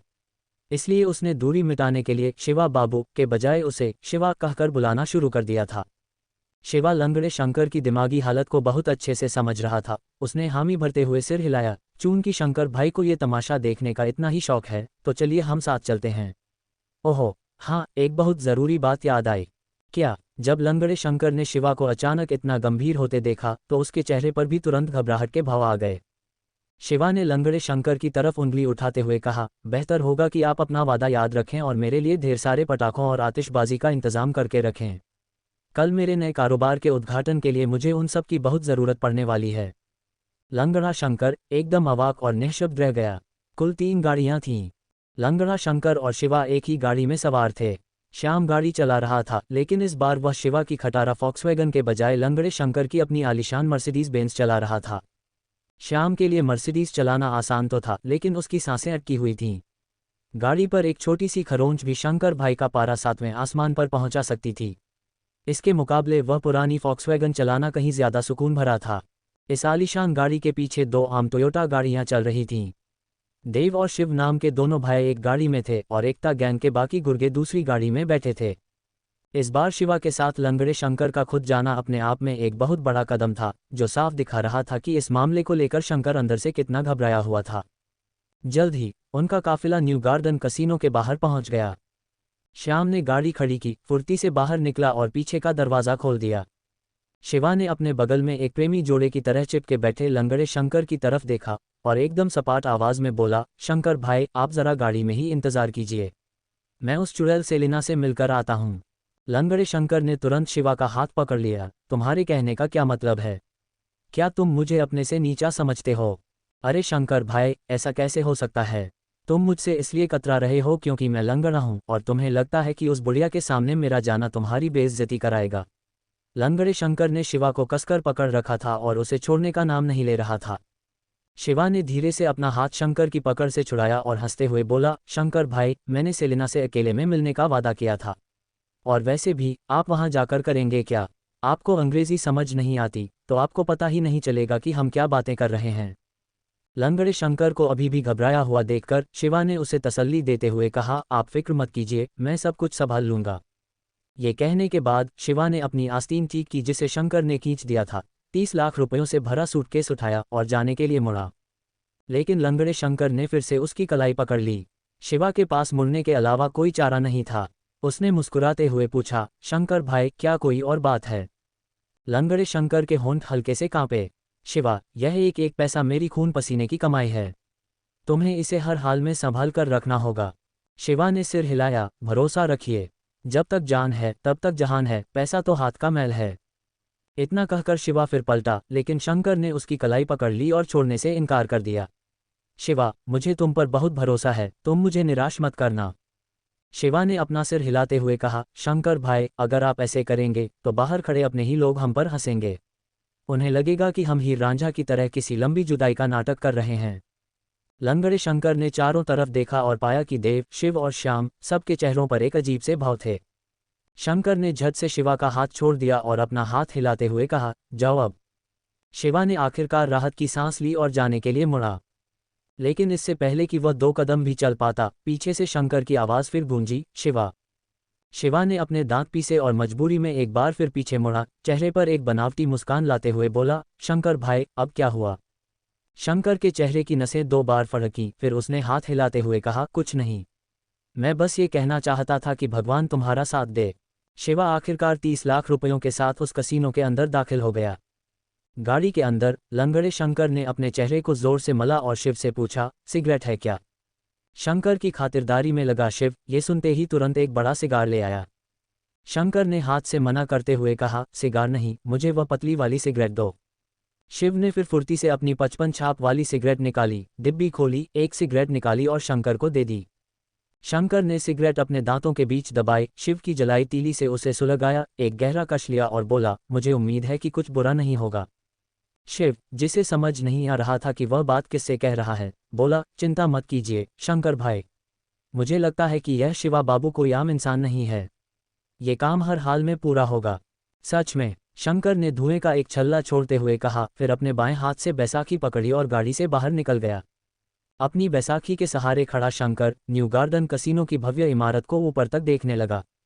रात की एक ठंडी हवा का झोंका आया। शंकर ने अपनी आंखें सिकुड़ी और बड़बड़ाया, आज की रात बहुत ही हसीन होने वाली है। ... कसीनो के शाही मेहमान कक्ष के अंदर अपनी खूबसूरत नीली आंखों वाली सेलिना अकेली बैठी बड़े आराम से लाल शराब की चुस्कियां ले रही थी और अपने हाथों में लेडी चैटलीज लव किताब का विदेशी संस्करण पलट रही थी। सेलिना को इस कहानी की मुख्य किरदार कोनी का प्यार पाने का वह हौसला बहुत पसंद था, उसका दुनियावी रीति रिवाजों का मजाक उड़ाना और ऊंचे तबके के लोगों के सामने उसका वह बागी और निडर रवैया उसे बहुत भाता था। ठीक उसी वक्त जब सेलिना पढ़ रही थी कि कहानी की नायिका घने जंगल में पहली बार नायक से मिलती है, शिवा उस शाही कक्ष में दाखिल हो चुका था और ठीक उसके सामने वाली कुर्सी पर बैठ गया था। सेलिना ने किताब को मेज पर उल्टा रख दिया और अपनी ठुड्डी उठाकर सामने बैठे शिवा की तरफ देखने लगी। शिवा ने अपनी आस्तीन ऊपर मोड़ी, जापान से लाए अपनी उस शानदार घड़ी पर नजर डाली और फिर सेलिना की तरफ देखते हुए बोला, आधी रात होने में अभी भी आधा घंटा बाकी है। फिर बिना किसी झिझक के उसने सेलिना की रखी हुई लाल शराब की बोतल उठाई, अपने लिए एक गिलास भरा और कहा, पहले मुझे इसका ठीक से मजा लेने का मौका नहीं मिला था, लेकिन अब मेरे पास काफी वक्त है। सेलिना ने अपना चेहरा अपने हाथों पर टिका लिया और मुस्कुराते हुए शिवा को देखने लगी। पैसे कहाँ हैं? सेलिना ने पूछा। शिवा ने 30 लाख रुपयों वाला सूटकेस उठाया और उसे मेज पर रख दिया। क्या तुम इसे गिनना चाहती हो? सेलिना अपनी जगह से उठी, इठलाते हुए शिवा के पास गई, अपना एक हाथ उसके कंधे पर रखा, हल्की सी झुकी और अपने सुनहरे खूबसूरत बालों को नीचे गिरने दिया जो शिवा के गालों को गुदगुदाने लगे। मुझे तुम पर पूरा भरोसा है मेरे प्यारे शिवा बाबू। शिवा हिमालय की तरह शांत और स्थिर बैठा रहा और तिरछी नजरों से सेलिना की तरफ देखने लगा। बहुत ज्यादा शराब पीने की वजह से सेलिना के खूबसूरत गालों और गोरी गर्दन पर हल्की सी गुलाबी रंगत छाई हुई थी। शिवा ने सेलिना की तरफ देखकर हल्की सी मुस्कान दी और कहा, तुम बिल्कुल सड़क किनारे खड़ी किसी बाजारू औरत जैसी लग रही हो। ही, सेलिना जोर से हंसी। मेरे प्यारे दोस्त, तुम्हारी ये बातें किसी भद्र पुरुष जैसी तो बिल्कुल नहीं लग रहीं। शिवा ने कंधे उचकाए, अपनी शराब का गिलास उठाया और एक घूंट लिया। जिस तरह से तुमने अपना जिस्म मुझसे सटा रखा है, वह भी किसी शरीफ घराने की औरत जैसा नहीं है। क्या खूब कहा, मतलब हम दोनों ही एक जैसे हैं। सेलिना ने शिवा के कंधे से अपना हाथ हटाया, सूटकेस में हाथ डाला, अंदर रखे रुपयों की गड्डियों पर एक नज़र डाली और बोली, मैं शर्त लगा सकती हूँ कि तुम्हें लगा होगा कि मैं किसी स्पेनिश या डच खानदान से हूँ, लेकिन असल में मैं एक बंजारन जिप्सी हूँ। सेलिना की आंखों की चमक अचानक फीकी पड़ गई। और यही वह सबसे बड़ी वजह है जिसके कारण मुझे अपने परिवार का आदेश मानना पड़ा, मिस्टर जेम्स से शादी करनी पड़ी और इतनी दूर इस मुंबई शहर में आना पड़ा। शिवा अपनी जगह से खड़ा हुआ, सूटकेस उठाया और खुद अपने हाथों से उसे सेलिना को सौंपते हुए बोला, माफ़ कीजिएगा मैडम, लेकिन मुझे आपकी कहानी सुनने में कोई दिलचस्पी नहीं है। अब कृपया अपना वादा निभाए। सेलिना मुस्कुराई, अपना सिर थोड़ा तिरछा करके शिवा को देखते हुए बोली, तुम्हें पता है, मैंने आज तक जितने भी हिंदुस्तानी देखे हैं, तुम उनमें सबसे ज़्यादा आत्मविश्वास से भरे इंसान हो। खासकर तुम्हारी आंखें, इनमें हीन भावना का नामो निशान तक नहीं है, बल्कि एक अजीब सा गुरूर और बड़प्पन झलकता है, जो इस गुलाम बस्ती के लोगों में बहुत कम ही देखने को मिलता है। शिवा मुस्कुराया लेकिन चुप ही रहा। सेलिना बोलती रही, तुम्हारा चेहरा बहुत जवान दिखता है, शायद तुम अभी 20 साल के भी नहीं हुए हो, लेकिन तुम्हारे बात करने का लहजा, तुम्हारे काम करने का तरीका और खूबसूरत औरतों को देखकर भी तुम्हारा ये बेपरवाह रवैया तुम्हें उम्र से कहीं ज़्यादा समझदार बनाता है। आपकी इस तारीफ के लिए बहुत बहुत शुक्रिया मिसेज सेलिना। शिवा हल्के से मुस्कुराया, लेकिन अब काफ़ी देर हो रही है। अगर आप आज रात ही मुंबई वापस लौटना चाहती हैं तो कृपया जल्द से जल्द बंदरगाह की तरफ निकलिए। सेलिना ने अपनी उन खूबसूरत नीली आंखों से शिवा को बहुत गहराई से देखा और आखिर में बोली, तुम्हें पता है, तुम सच में बहुत ही दिलचस्प इंसान हो। इसे तुम्हारी उस देसी भाषा में क्या कहते हैं? तुम मुझे बहुत अच्छे लगते हो। शिवा हंस पड़ा, आप गलत सोच रही हैं मिसेज सेलिना। मैं कोई दिलचस्प इंसान नहीं हूँ, बल्कि मैं एक बेहद दुस्साहसी इंसान हूँ। तुम्हारा दुस्साहस कितना बड़ा है, क्या मैं उसे खुद अपनी आंखों से देख सकती हूँ? शिवा ने सेलिना को उसकी कमर से पकड़कर अपनी ओर खींचा और उसकी उन नीली आंखों में गहराई से देखते हुए बोला, बेहतर होगा कि तुम अपने इस फैसले पर बाद में पछताओ नहीं। मुझे क्यों पछतावा होगा भला? क्या तुम्हें नहीं पता कि हमारी देसी भाषा में एक कहावत है? शिवा सेलिना के कान के एकदम करीब झुका और फुसफुसाते हुए बोला, मैं तुम्हें पूरी तरह तबाह कर दूंगा। नागेश गाड़ी के अंदर तिरछा बैठा था, उसके होठों के बीच एक सिगरेट लटक रही थी। वह बाहर की दुनिया को देख रहा था और किसी भी पल गाड़ी चालू करने के लिए तैयार था।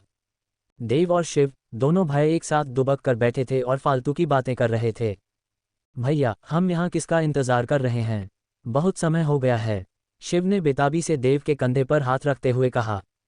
देव ने डबल हैप्पीनेस सिगरेट की एक डिब्बी निकाली, एक सिगरेट बाहर निकाली और शिव को देते हुए कहा, तुम्हें अपनी यह बुरी आदत बदलनी होगी, ऐसे ही किसी के भी कंधे पर हाथ मत रख दिया करो। क्यों? एक आदमी के कंधे उसके परिवार और उसकी रोजी रोटी का बोझ उठाने के लिए होते हैं। तुम्हारा उन पर ऐसे लटकने का क्या मतलब है? उन्हें इसकी आदत है। शिव ने अपने बड़े भाई को आंखें दिखाईं और अपना हाथ हटा लिया। लेकिन सच कहूं तो वह शिवा बाबू काफ़ी चतुर लगते हैं। देव हंसा, तुम्हें भी यह बात समझ आ गई? शिव को बुरा लगा, मैं बेवकूफ़ नहीं हूँ। अगर मैं ये भी नहीं समझ सकता कि कौन चतुर है और कौन नहीं, तो मैं जिंदा कैसे रहूँगा? देव ने अपनी सिगरेट का एक कश लिया और सिर हिलाते हुए कहा, शिवा बाबू की चतुराई बहुत खौफनाक है। हैं? शिव थोड़ा उलझन में पड़ गया।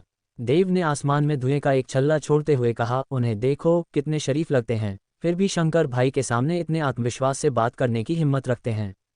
सबसे मुश्किल बात तो यह है कि उनकी आंखें बहुत साफ हैं, फिर भी तुम यह अंदाज़ा नहीं लगा सकते कि वह क्या सोच रहे हैं। देखो, अब तो शंकर भाई भी उनके कारण लगभग पागल हो चुके हैं। देव ने दूर देखा और शिव ने भी ऐसा ही किया।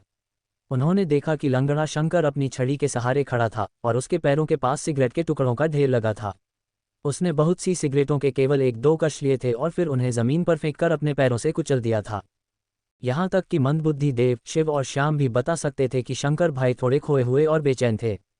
आखिरकार शिवा सिंह कसीनो से बाहर आया। लंगड़े शंकर ने हड़बड़ाहट में अपने दांतों तले दबाई सिगरेट को जमीन पर थूक दिया, अपनी मदद के लिए आने वाले किसी भी व्यक्ति को नज़रअंदाज किया और अपनी छड़ी के सहारे लंबे लंबे डग भरते हुए शिवा की ओर बढ़ा। देव, शिव और बाकी लोग भी जल्दी से उसके पीछे पीछे गए। शिवा, काम कैसा रहा? लंगड़े शंकर को एहसास हुआ कि यह सवाल पूछते समय उसकी आवाज़ कांप रही थी। वह बहुत ज्यादा घबराया हुआ था। किसने सोचा होगा कि आज रात की घटनाओं में उसकी और एकता गैंग की जान दांव पर लगी होगी। शिवा ने उसे ज्यादा इंतजार नहीं करवाया। उसने पास जाकर लंगड़े शंकर के कंधे पर हाथ थपथपाया और कहा, शंकर भाई, आपको इंतजार करवाने के लिए माफी चाहता हूँ। लंगड़े शंकर की जान हलक में अटकी हुई थी। शिवा ने अपनी बात जारी रखी, काम हो गया है। लंगड़े शंकर ने तुरंत राहत की सांस ली। हाँ, मुझे पता था, मुझे पता था। उसने अपनी छड़ी हवा में उठाए और आसमान की तरफ मुंह करके पूरे रुतबे से दहाड़ा, मेरी किस्मत इतनी भी खराब नहीं हो सकती। बल्कि आज रात मैंने बिल्कुल सही दांव खेला है। पास खड़े देव, शिव और बाकी लोग भी लंगड़े शंकर के उत्साह से प्रभावित हुए बिना नहीं रह सके और उनके चेहरों पर भी मुस्कान आ गई। बहुत बढ़िया, अब हमारी एकता गैंग सच में बहुत ताकतवर हो सकती है। बहुत अच्छे, शिवा बाबू। शिवा बाबू सच में बहुत समझदार हैं। अपनी शुरुआती खुशी थोड़ी कम होने के बाद लंगड़े शंकर ने जल्दी से शिवा का हाथ पकड़ लिया और बोला, शिवा, मुझे बताओ, तुमने ये सब कैसे किया? मैंने सुना है कि उस विदेशी औरत से निपटना बहुत मुश्किल है। सच कहूं तो यह कोई बड़ी बात नहीं है। हम सब बड़े और समझदार हैं। जब तक हम साथ बैठकर शराब पीते हैं और एक दूसरे के साथ ईमानदारी से बात करते हैं तो जय और वीर की तरह पक्के दोस्त बनना बहुत आसान है। शिवा ने इसका कोई श्रेय नहीं लिया। इस बात ने लंगड़े शंकर के दिल को गहराई से छू लिया और वह भावुक हो गया। देव और शिव को लगा कि शिवा बहुत पढ़ा लिखा और संस्कारी है और वे लोग ऐसी मीठी और अच्छी बातें नहीं बोल सकते थे। शिवा, तुमने सच में बहुत मुसीबत झेली है। तुम इतनी देर तक बाहर नहीं आए तो मुझे लगा कि तुम्हारे साथ कुछ अनहोनी हो गई है। लंगड़े शंकर ने उत्साह में अपनी आंखें मलते हुए कहा। शिवा ने भी एक गहरी सांस छोड़ी। सच कहूं तो आज रात मैं बस बाल बाल बचा हूं। मुझे उम्मीद नहीं थी कि उस बुढ़िया का लालच इतना बड़ा होगा। अगर मैंने अपनी पूरी ईमानदारी और लगन नहीं दिखाई होती तो मैं सच में उसे संभाल नहीं पाता। लंगड़े शंकर ने शिवा की शांत आवाज में छिपे हुए झटके और गहरी उदासी को महसूस कर लिया। शिवा, तुम्हारी कड़ी मेहनत के लिए बहुत बहुत शुक्रिया। तुम इंस्पेक्टर रणविजय सिंह के सबसे भरोसेमंद इंसान हो, वरना वह तुम्हें इतना अहम काम कभी नहीं सौंपते। अब तुम्हें क्या करना है? हालांकि वह शिवा से पूछ रहा था, लेकिन लंगड़े शंकर के असली इरादे पहले ही साफ हो चुके थे। जाहिर सी बात है, उसे जाकर रणविजय को ये खुशखबरी सुनानी थी ताकि वह अपना श्रेय ले सके और इनाम मांग सके। लंगड़े शंकर ने रणविजय के लिए 30 लाख रुपये पेशगी दिए थे, जिससे उसे मुख्य पुलिस अधिकारी का पद हासिल करने में मदद मिली थी। रणविजय को इस बारे में तुरंत पता चलना चाहिए था, है ना? शिवा ने नासमझ बनने का नाटक किया, अपने पेट पर हाथ फेरते हुए बोला, अब क्या? मुझे बहुत तेज भूख लगी है, क्या हम पहले कुछ सीपियां खा सकते हैं? लंगड़े शंकर ने अपनी आंखें घुमाईं और जल्दी से बोला, सीपियां खाने का क्या फायदा? भविष्य में ऐसे बहुत से मौके मिलेंगे। शिवा, क्या तुम्हें कल अपना कारोबार शुरू करने की जल्दी नहीं है? तुमने जो आतिशबाजी और पटाखे मांगे थे वे मैंने पहले ही तैयार करवा दिए हैं। मुझे लगता है कि तुम्हें जल्द से जल्द वापस मुंबई लौट जाना चाहिए, एक तो फैक्ट्री के उद्घाटन का इंतजाम करने के लिए और दूसरा इंस्पेक्टर रणविजय को ये खुशखबरी सुनाने के लिए। इस डर से कि कहीं शिवा उसकी बात ना माने, लंगड़े शंकर ने आगे कहा, इंस्पेक्टर रणविजय की हालत बहुत खराब है। उस नीच इंस्पेक्टर यशवंत ने उन्हें बर्बादी की कगार पर धकेल दिया था। अब शिवा, तुमने न सिर्फ उनकी पुलिस की नौकरी बचाने में मदद की है, बल्कि एक बहुत बड़ा योगदान भी दिया है, जिससे वह पूरे इलाके के मुख्य पुलिस अधिकारी बन गए हैं। मुझे लगता है कि अगर उन्हें ये बात पता चली तो वह बहुत खुश होंगे। शिवा ने लंगड़े शंकर का हाथ थाम लिया और कहा, शंकर भाई, आप बिल्कुल सही कह रहे हैं। सच कहूं तो आज रात मैं केवल आपकी वजह से ही सफल हो पाया हूं। आपकी मदद के बिना रणविजय भाई कभी भी मुख्य पुलिस अधिकारी के पद तक नहीं पहुंच पाते। इसलिए शंकर भाई, आप चिंता मत कीजिए, जैसे ही मैं रणविजय भाई से मिलूंगा मैं उन्हें आज रात की पूरी घटना बता दूंगा। शंकर भाई, आपके 30 लाख रुपये बिल्कुल सही जगह लगे हैं। लंगड़ा शंकर खुशी से फूला नहीं समा रहा था। वह सोच रहा था कि शिवा अपनी छोटी उम्र के बावजूद बहुत ही चालाक और चतुर है और उसकी बातें पूरी तरह से पक्की हैं। ये बहुत अच्छी बात है। तो क्यों ना हम अभी गोदी की तरफ चलें और आज रात ही समंदर पार करके रणविजय भाई से मिलें। बहुत खूब, चलिए। पहले आप। शर्माओ मत दोस्तों, चलो हम सब साथ मिलकर खाते हैं। गोवा और मुंबई के बीच चलने वाली मझगांव गोदी वाली नाव आमतौर पर दोपहर से पहले ही काम करना बंद कर देती है। अगर आप रात के समय समंदर पार करना चाहते हैं तो आपको केवल उन छोटी नावों के भरोसे रहना पड़ता है जिनका इस्तेमाल अलग अलग गिरोह पानी पर अपनी रोजी रोटी कमाने के लिए करते हैं। लंगड़ा शंकर एकता गैंग का एक बहुत बड़ा सरगना है। एकता गैंग के बहुत से लोग समंदर में भी अपना गुजारा करते हैं और उनका सबसे आम धंधा तस्करी और अवैध घुसपैठ करवाना है। हालांकि ये छोटी नावें बहुत भरोसेमंद नहीं होती हैं क्योंकि इनका आकार छोटा होने के कारण ये अक्सर तेज हवाओं और लहरों में पलट जाती हैं। खुशकिस्मती से इन छोटी नावों को चलाने वाले ज्यादातर नाविक बहुत हुनरमंद होते हैं और वे इन्हें वाटर मार्जिन किताब के वाइट स्ट्राइप की तरह आसानी से लहरों के बीच चला सकते हैं। शिवा और उसके साथी गाड़ी से गोदी के पास पहुंचे। लंगड़ा शंकर, जिसे चलने में तकलीफ थी और जो बंदरगाह पर लौटने के लिए बेताब था, गाड़ी से उतरने वाला पहला इंसान था। अपनी छड़ी के सहारे खड़े होकर उसने उन नाविकों पर चिल्लाते हुए कहा जो बंदरगाह पर ताश खेल रहे थे और शराब पी रहे थे, यहाँ एकता गैंग का आदमी कौन है? बाहर निकल कर आओ। लंगड़ा शंकर एक हट्टा कट्टा आदमी था और उसकी आवाज़ बहुत भारी थी। भले ही देर रात हो चुकी थी और समंदर की ठंडी हवाएं जोरों से चल रही थीं, फिर भी उसकी आवाज़ ने उन आलसी नाविकों को चौंका दिया। जल्दी ही कुछ दूरी से एक दुबला पतला सांवले रंग का आदमी भागता हुआ आया। उसने अपनी आंखें सिकुड़कर लंगड़े शंकर की ओर देखा, उसे तुरंत पहचान लिया और जल्दी से आगे बढ़कर सिर झुकाते हुए गिड़गिड़ाकर बोला, शंकर भाई, आप यहाँ कैसे? आप अपनी हवेली में क्यों नहीं हैं? लंगड़े शंकर ने उसे घूर कर देखा। तुम्हारा नाम क्या है? एकता गैंग में तुम्हारी क्या हैसियत है? वह सांवला और दुबला पतला आदमी तुरंत सावधान की मुद्रा में खड़ा हो गया। मछलियां बेचता हूँ, मेरा नाम सोमू है, एकता गैंग का सदस्य नंबर 49। लंगड़े शंकर ने सिर हिलाया, अपनी जेब से 500 रुपये निकाले और मछुआरे सोमू की ओर उछालते हुए कहा, मैं वापस मुंबई जा रहा हूँ, तुम अभी के लिए यह पैसे रख सकते हो। मछुआरा सोमू हक्का बक्का रह गया। उसने सोचा था कि लंगड़ा शंकर उसे सबक सिखाने वाला है, लेकिन उसे उम्मीद नहीं थी कि वह उसे पैसे देगा। उसने तुरंत कहा, आप चिंता मत कीजिए शंकर भाई, मैं आपको पूरी हिफाजत से वहां पहुंचा दूंगा। इतना कहने के बाद वह जमीन पर फेंके गए 500 रुपयों को उठाने के लिए जल्दी से झुका और उन्हें अपनी जेब में रख लिया। उस मछुआरे की नाव 5 मीटर से कुछ ज्यादा लंबी एक छोटी सी नाव थी, जिसमें एक छप्पर जैसी जगह थी और उसके अंदर खाना पकाने और खाने के बर्तन यहाँ वहाँ बेतरतीब ढंग से रखे हुए थे। क्योंकि नाव बहुत छोटी थी, इसलिए उसमें केवल शिवा, लंगड़ा शंकर, देव और शिव ही बैठ सकते थे। लंगड़े शंकर को इस बात की चिंता थी कि शिवा उस गंदगी और अव्यवस्था को बर्दाश्त नहीं कर पाएगा, इसलिए उसने देव और शिव से उसके लिए एक साफ जगह बनाने में मदद करने को कहा। शिवा, मुझे माफ़ करना कि तुम्हें इस परेशानी में डालना पड़ा। तुम्हारे पहनावे और शक्ल सूरत से तुम किसी पढ़े लिखे इंसान की तरह लगते हो और तुमने शायद पहले कभी ऐसी मुसीबत नहीं झेली होगी। शंकर भाई, आप मेरी कुछ ज़्यादा ही तारीफ कर रहे हैं। सच कहूँ तो मैं भी एक गरीब परिवार से ही हूँ। सच में? तब तो हम एक जैसे ही हैं, हम सब एक परिवार हैं और हम सब अच्छे भाई हैं। लंगड़ा शंकर बहुत खुश लग रहा था। वह ज़्यादा पढ़ा लिखा नहीं था और उसने लड़ाई झगड़े और मारकाट करके ही अपनी दौलत कमाई थी। उसे उन नौजवानों से भी सख्त नफरत थी जो बचपन से ही ऐशो आराम में पले बड़े थे। वह सोचता था कि ऐसे लोग सिर्फ किस्मत वाले होते हैं और एक अच्छे परिवार में पैदा हुए होते हैं। उसे लगता था कि अगर उनकी जगह वह होता तो वह अब तक कामयाबी के आसमान को छू चुका होता। दूसरी ओर आज रात शिवा के शानदार काम ने भी लंगड़े शंकर को बहुत प्रभावित किया था। इसके अलावा शिवा रणविजय का सबसे खास आदमी था और यह बात तय करती थी कि रणविजय के मन में लंगड़े शंकर की क्या छवि बनेगी। यही वजह थी कि हमेशा गुस्से में रहने वाला और किसी के काबू में न आने वाला लंगड़ा शंकर भी शिवा के साथ इतनी सच्चाई और प्यार से पेश आ रहा था। इसी बीच देव और शिव अपनी हैरानी नहीं रोक पाए और मन ही मन सोचने लगे कि शिवा बाबू सच में कितने कमाल के इंसान हैं, यहाँ तक कि हमेशा घमंड में रहने वाले शंकर भाई को भी उन्हें अपना भाई मानना पड़ा। जब शिवा और उसके साथी मुंबई की गोदी पर पहुंचे तो रात का लगभग 1 बज रहा था। गोदी पर घुप अंधेरा था, बस मछुआरों की कुछ ही बत्तियां टिमटिमा रही थीं। थोड़ी ही दूरी पर एक गाड़ी खड़ी थी। गाड़ी का दरवाज़ा खुला और फूलों वाली शर्ट पहने एक आदमी गाड़ी से टिककर सिगरेट पी रहा था। इतनी काली रात में सिगरेट का वह सुलगता हुआ सिरा चमक रहा था और बुझ रहा था, जो देखने में बहुत डरावना लग रहा था। शिवा ने लंगड़े शंकर और बाकी लोगों को गाड़ी की तरफ चलने का इशारा किया और दूर से ही बोला, केशव भाई, इतनी रात तक यहाँ इंतज़ार करने के लिए आपकी इस मेहनत का बहुत बहुत शुक्रिया। केशव सीधा खड़ा हुआ, अपनी सिगरेट से धुएं का एक छल्ला छोड़ा और शिवा से बोला, तुम मुझे इतनी दूर से ही पहचान गए? क्यों नहीं केशव भाई, आपने फूलों वाली शर्ट पहनी है और आप इतने हैंडसम लग रहे हैं, जैसे रात के अंधेरे में कोई रंग बिरंगा भंवरा हो, एकदम झक्कास और सबसे अलग। केशव ने मुंह बनाते हुए कहा, मुझे ऐसा क्यों लग रहा है कि तुम मेरी बेइज्जती कर रहे हो? केशव भाई, आप कुछ ज़्यादा ही सोच रहे हैं। आइए पहले मैं आपको अपने कुछ दोस्तों से मिलवाता हूँ।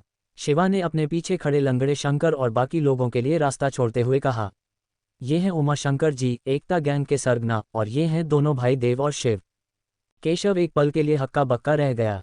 आज रात उसके यहाँ होने की वजह सिर्फ शिवा को लेना था, जैसा कि इंस्पेक्टर रणविजय ने उसे आदेश दिया था। सच कहा जाए तो रणविजय बहुत बेचैन था और जल्द से जल्द नतीजा जानना चाहता था। लेकिन अब शिवा न केवल वापस आ गया था, बल्कि वह अपने साथ लोगों की एक बड़ी फौज भी ले आया था। आखिर वह क्या करने वाला है? केशव आखिरकार रणविजय का सबसे भरोसेमंद आदमी था। वह हैरान जरूर था, लेकिन उसने अपने चेहरे पर यह जाहिर नहीं होने दिया। काम कैसा रहा? शिवा ने सीधे जवाब नहीं दिया, बल्कि कहा, चलिए पहले गाड़ी में बैठते हैं। हर कोई समंदर में इतनी देर से है, हम सब बहुत थके हुए हैं और नींद आ रही है। ये देखकर कि शिवा कुछ नहीं बताएगा, केशव को आगे और पूछने में झिझक महसूस हुई। उसने बस अपनी सिगरेट जमीन पर फेंकी, उसे पैर से कुचला और गाड़ी का दरवाज़ा खोलते हुए बोला, अंदर बैठो। शिवा, तुम आगे बैठना। इस समय लंगड़े शंकर को किसी और चीज़ की कोई परवाह नहीं थी। वह रणविजय से मिलने के लिए बेताब था, इसलिए वह जल्दी से गाड़ी में बैठ गया। देव और शिव लंगड़े शंकर के दोनों तरफ बैठ गए और वे भी गाड़ी में सवार हो गए। केशव के कहने पर शिवा आगे वाली सीट पर बैठ गया। जैसे ही वह बैठा, केशव ने उसके कंधे पर एक जोरदार थप्पड़ मारा। भाई, मेरा तुम्हें फंसाने का कोई इरादा नहीं था। मुझे सच में नहीं पता था कि रणविजय भाई तुम्हें गोवा भेजना चाहते थे। मैं तो खुद जाने की सोच रहा था। शिवा मुस्कुराया और उसने केशव का हाथ अपने कंधे से हटा दिया। सच में? लेकिन आप तो बहुत खुश लग रहे थे, खासकर तब जब आपने मेरे हाथों में 30 लाख रुपये थमाए थे। केशव ने फीकी मुस्कान के साथ कहा, मेरे लिए खतरे तुम्हारे मुकाबले कहीं ज्यादा थे। जाहिर है कि मौत के मुंह से बचकर मुझे खुशी ही होगी। इसके अलावा तुम गोवा जा रहे थे। मैं तुम्हें विदा करते समय रो तो नहीं सकता था, वह तो अपशकुन होता। शिवा ने एक गहरी सांस छोड़ी, अपना हाथ बढ़ाया और केशव की पीठ पर जोर से थपथपाया, जिससे एक तेज आवाज आई।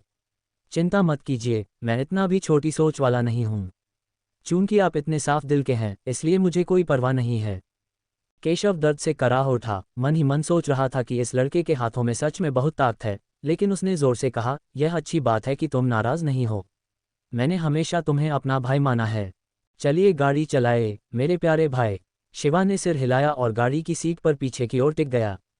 इसके बाद देव और शिव ने शिवा और केशव को केवल भाईचारे की बातें करते सुना और वे मन ही मन शिवा बाबू की इस लोकप्रियता की तारीफ किए बिना नहीं रह सके। लंगड़ा शंकर थोड़ा हैरान था। वह केशव को जानता था, जो रणविजय के दो सबसे भरोसेमंद आदमियों में से एक था। दूसरा मोटा चंदू था, जो रणविजय के हिसाब किताब में मदद करता था। हालांकि केशव और शिवा के बीच हुई बातचीत से यह साफ हो गया था कि शिवा को रणविजय ने मजबूरी में गोवा के काम के लिए भेजा था। ये तो बहुत ही भयंकर बात थी। शिवा इतने कम समय में इतना बड़ा काम करने में कामयाब रहा। उसने न केवल रणविजय को अपनी पुलिस की नौकरी बचाने में मदद की, बल्कि शहर के मुख्य पुलिस अधिकारी का पद जीतने में भी उसकी मदद की। ये तो सीधे सीधे किस्मत को चुनौती देने जैसी बात थी। एक गहरी सांस लेते हुए, हमेशा घमंड में रहने वाला और खुद को सबसे ऊपर समझने वाला लंगड़ा शंकर, जो हमेशा सबको अपने जूतों की नोक पर रखता था, उसने एक बार फिर आगे बैठे शिवा को ध्यान से देखा। शिवा गाड़ी की सीट पर पीछे की ओर टिका हुआ था। उसके चेहरे के भाव नजर नहीं आ रहे थे। मध्यम रोशनी में केवल उसके चेहरे का एक हिस्सा ही दिखाई दे रहा था, जो ठहरे हुए पानी की तरह शांत और गंभीर था।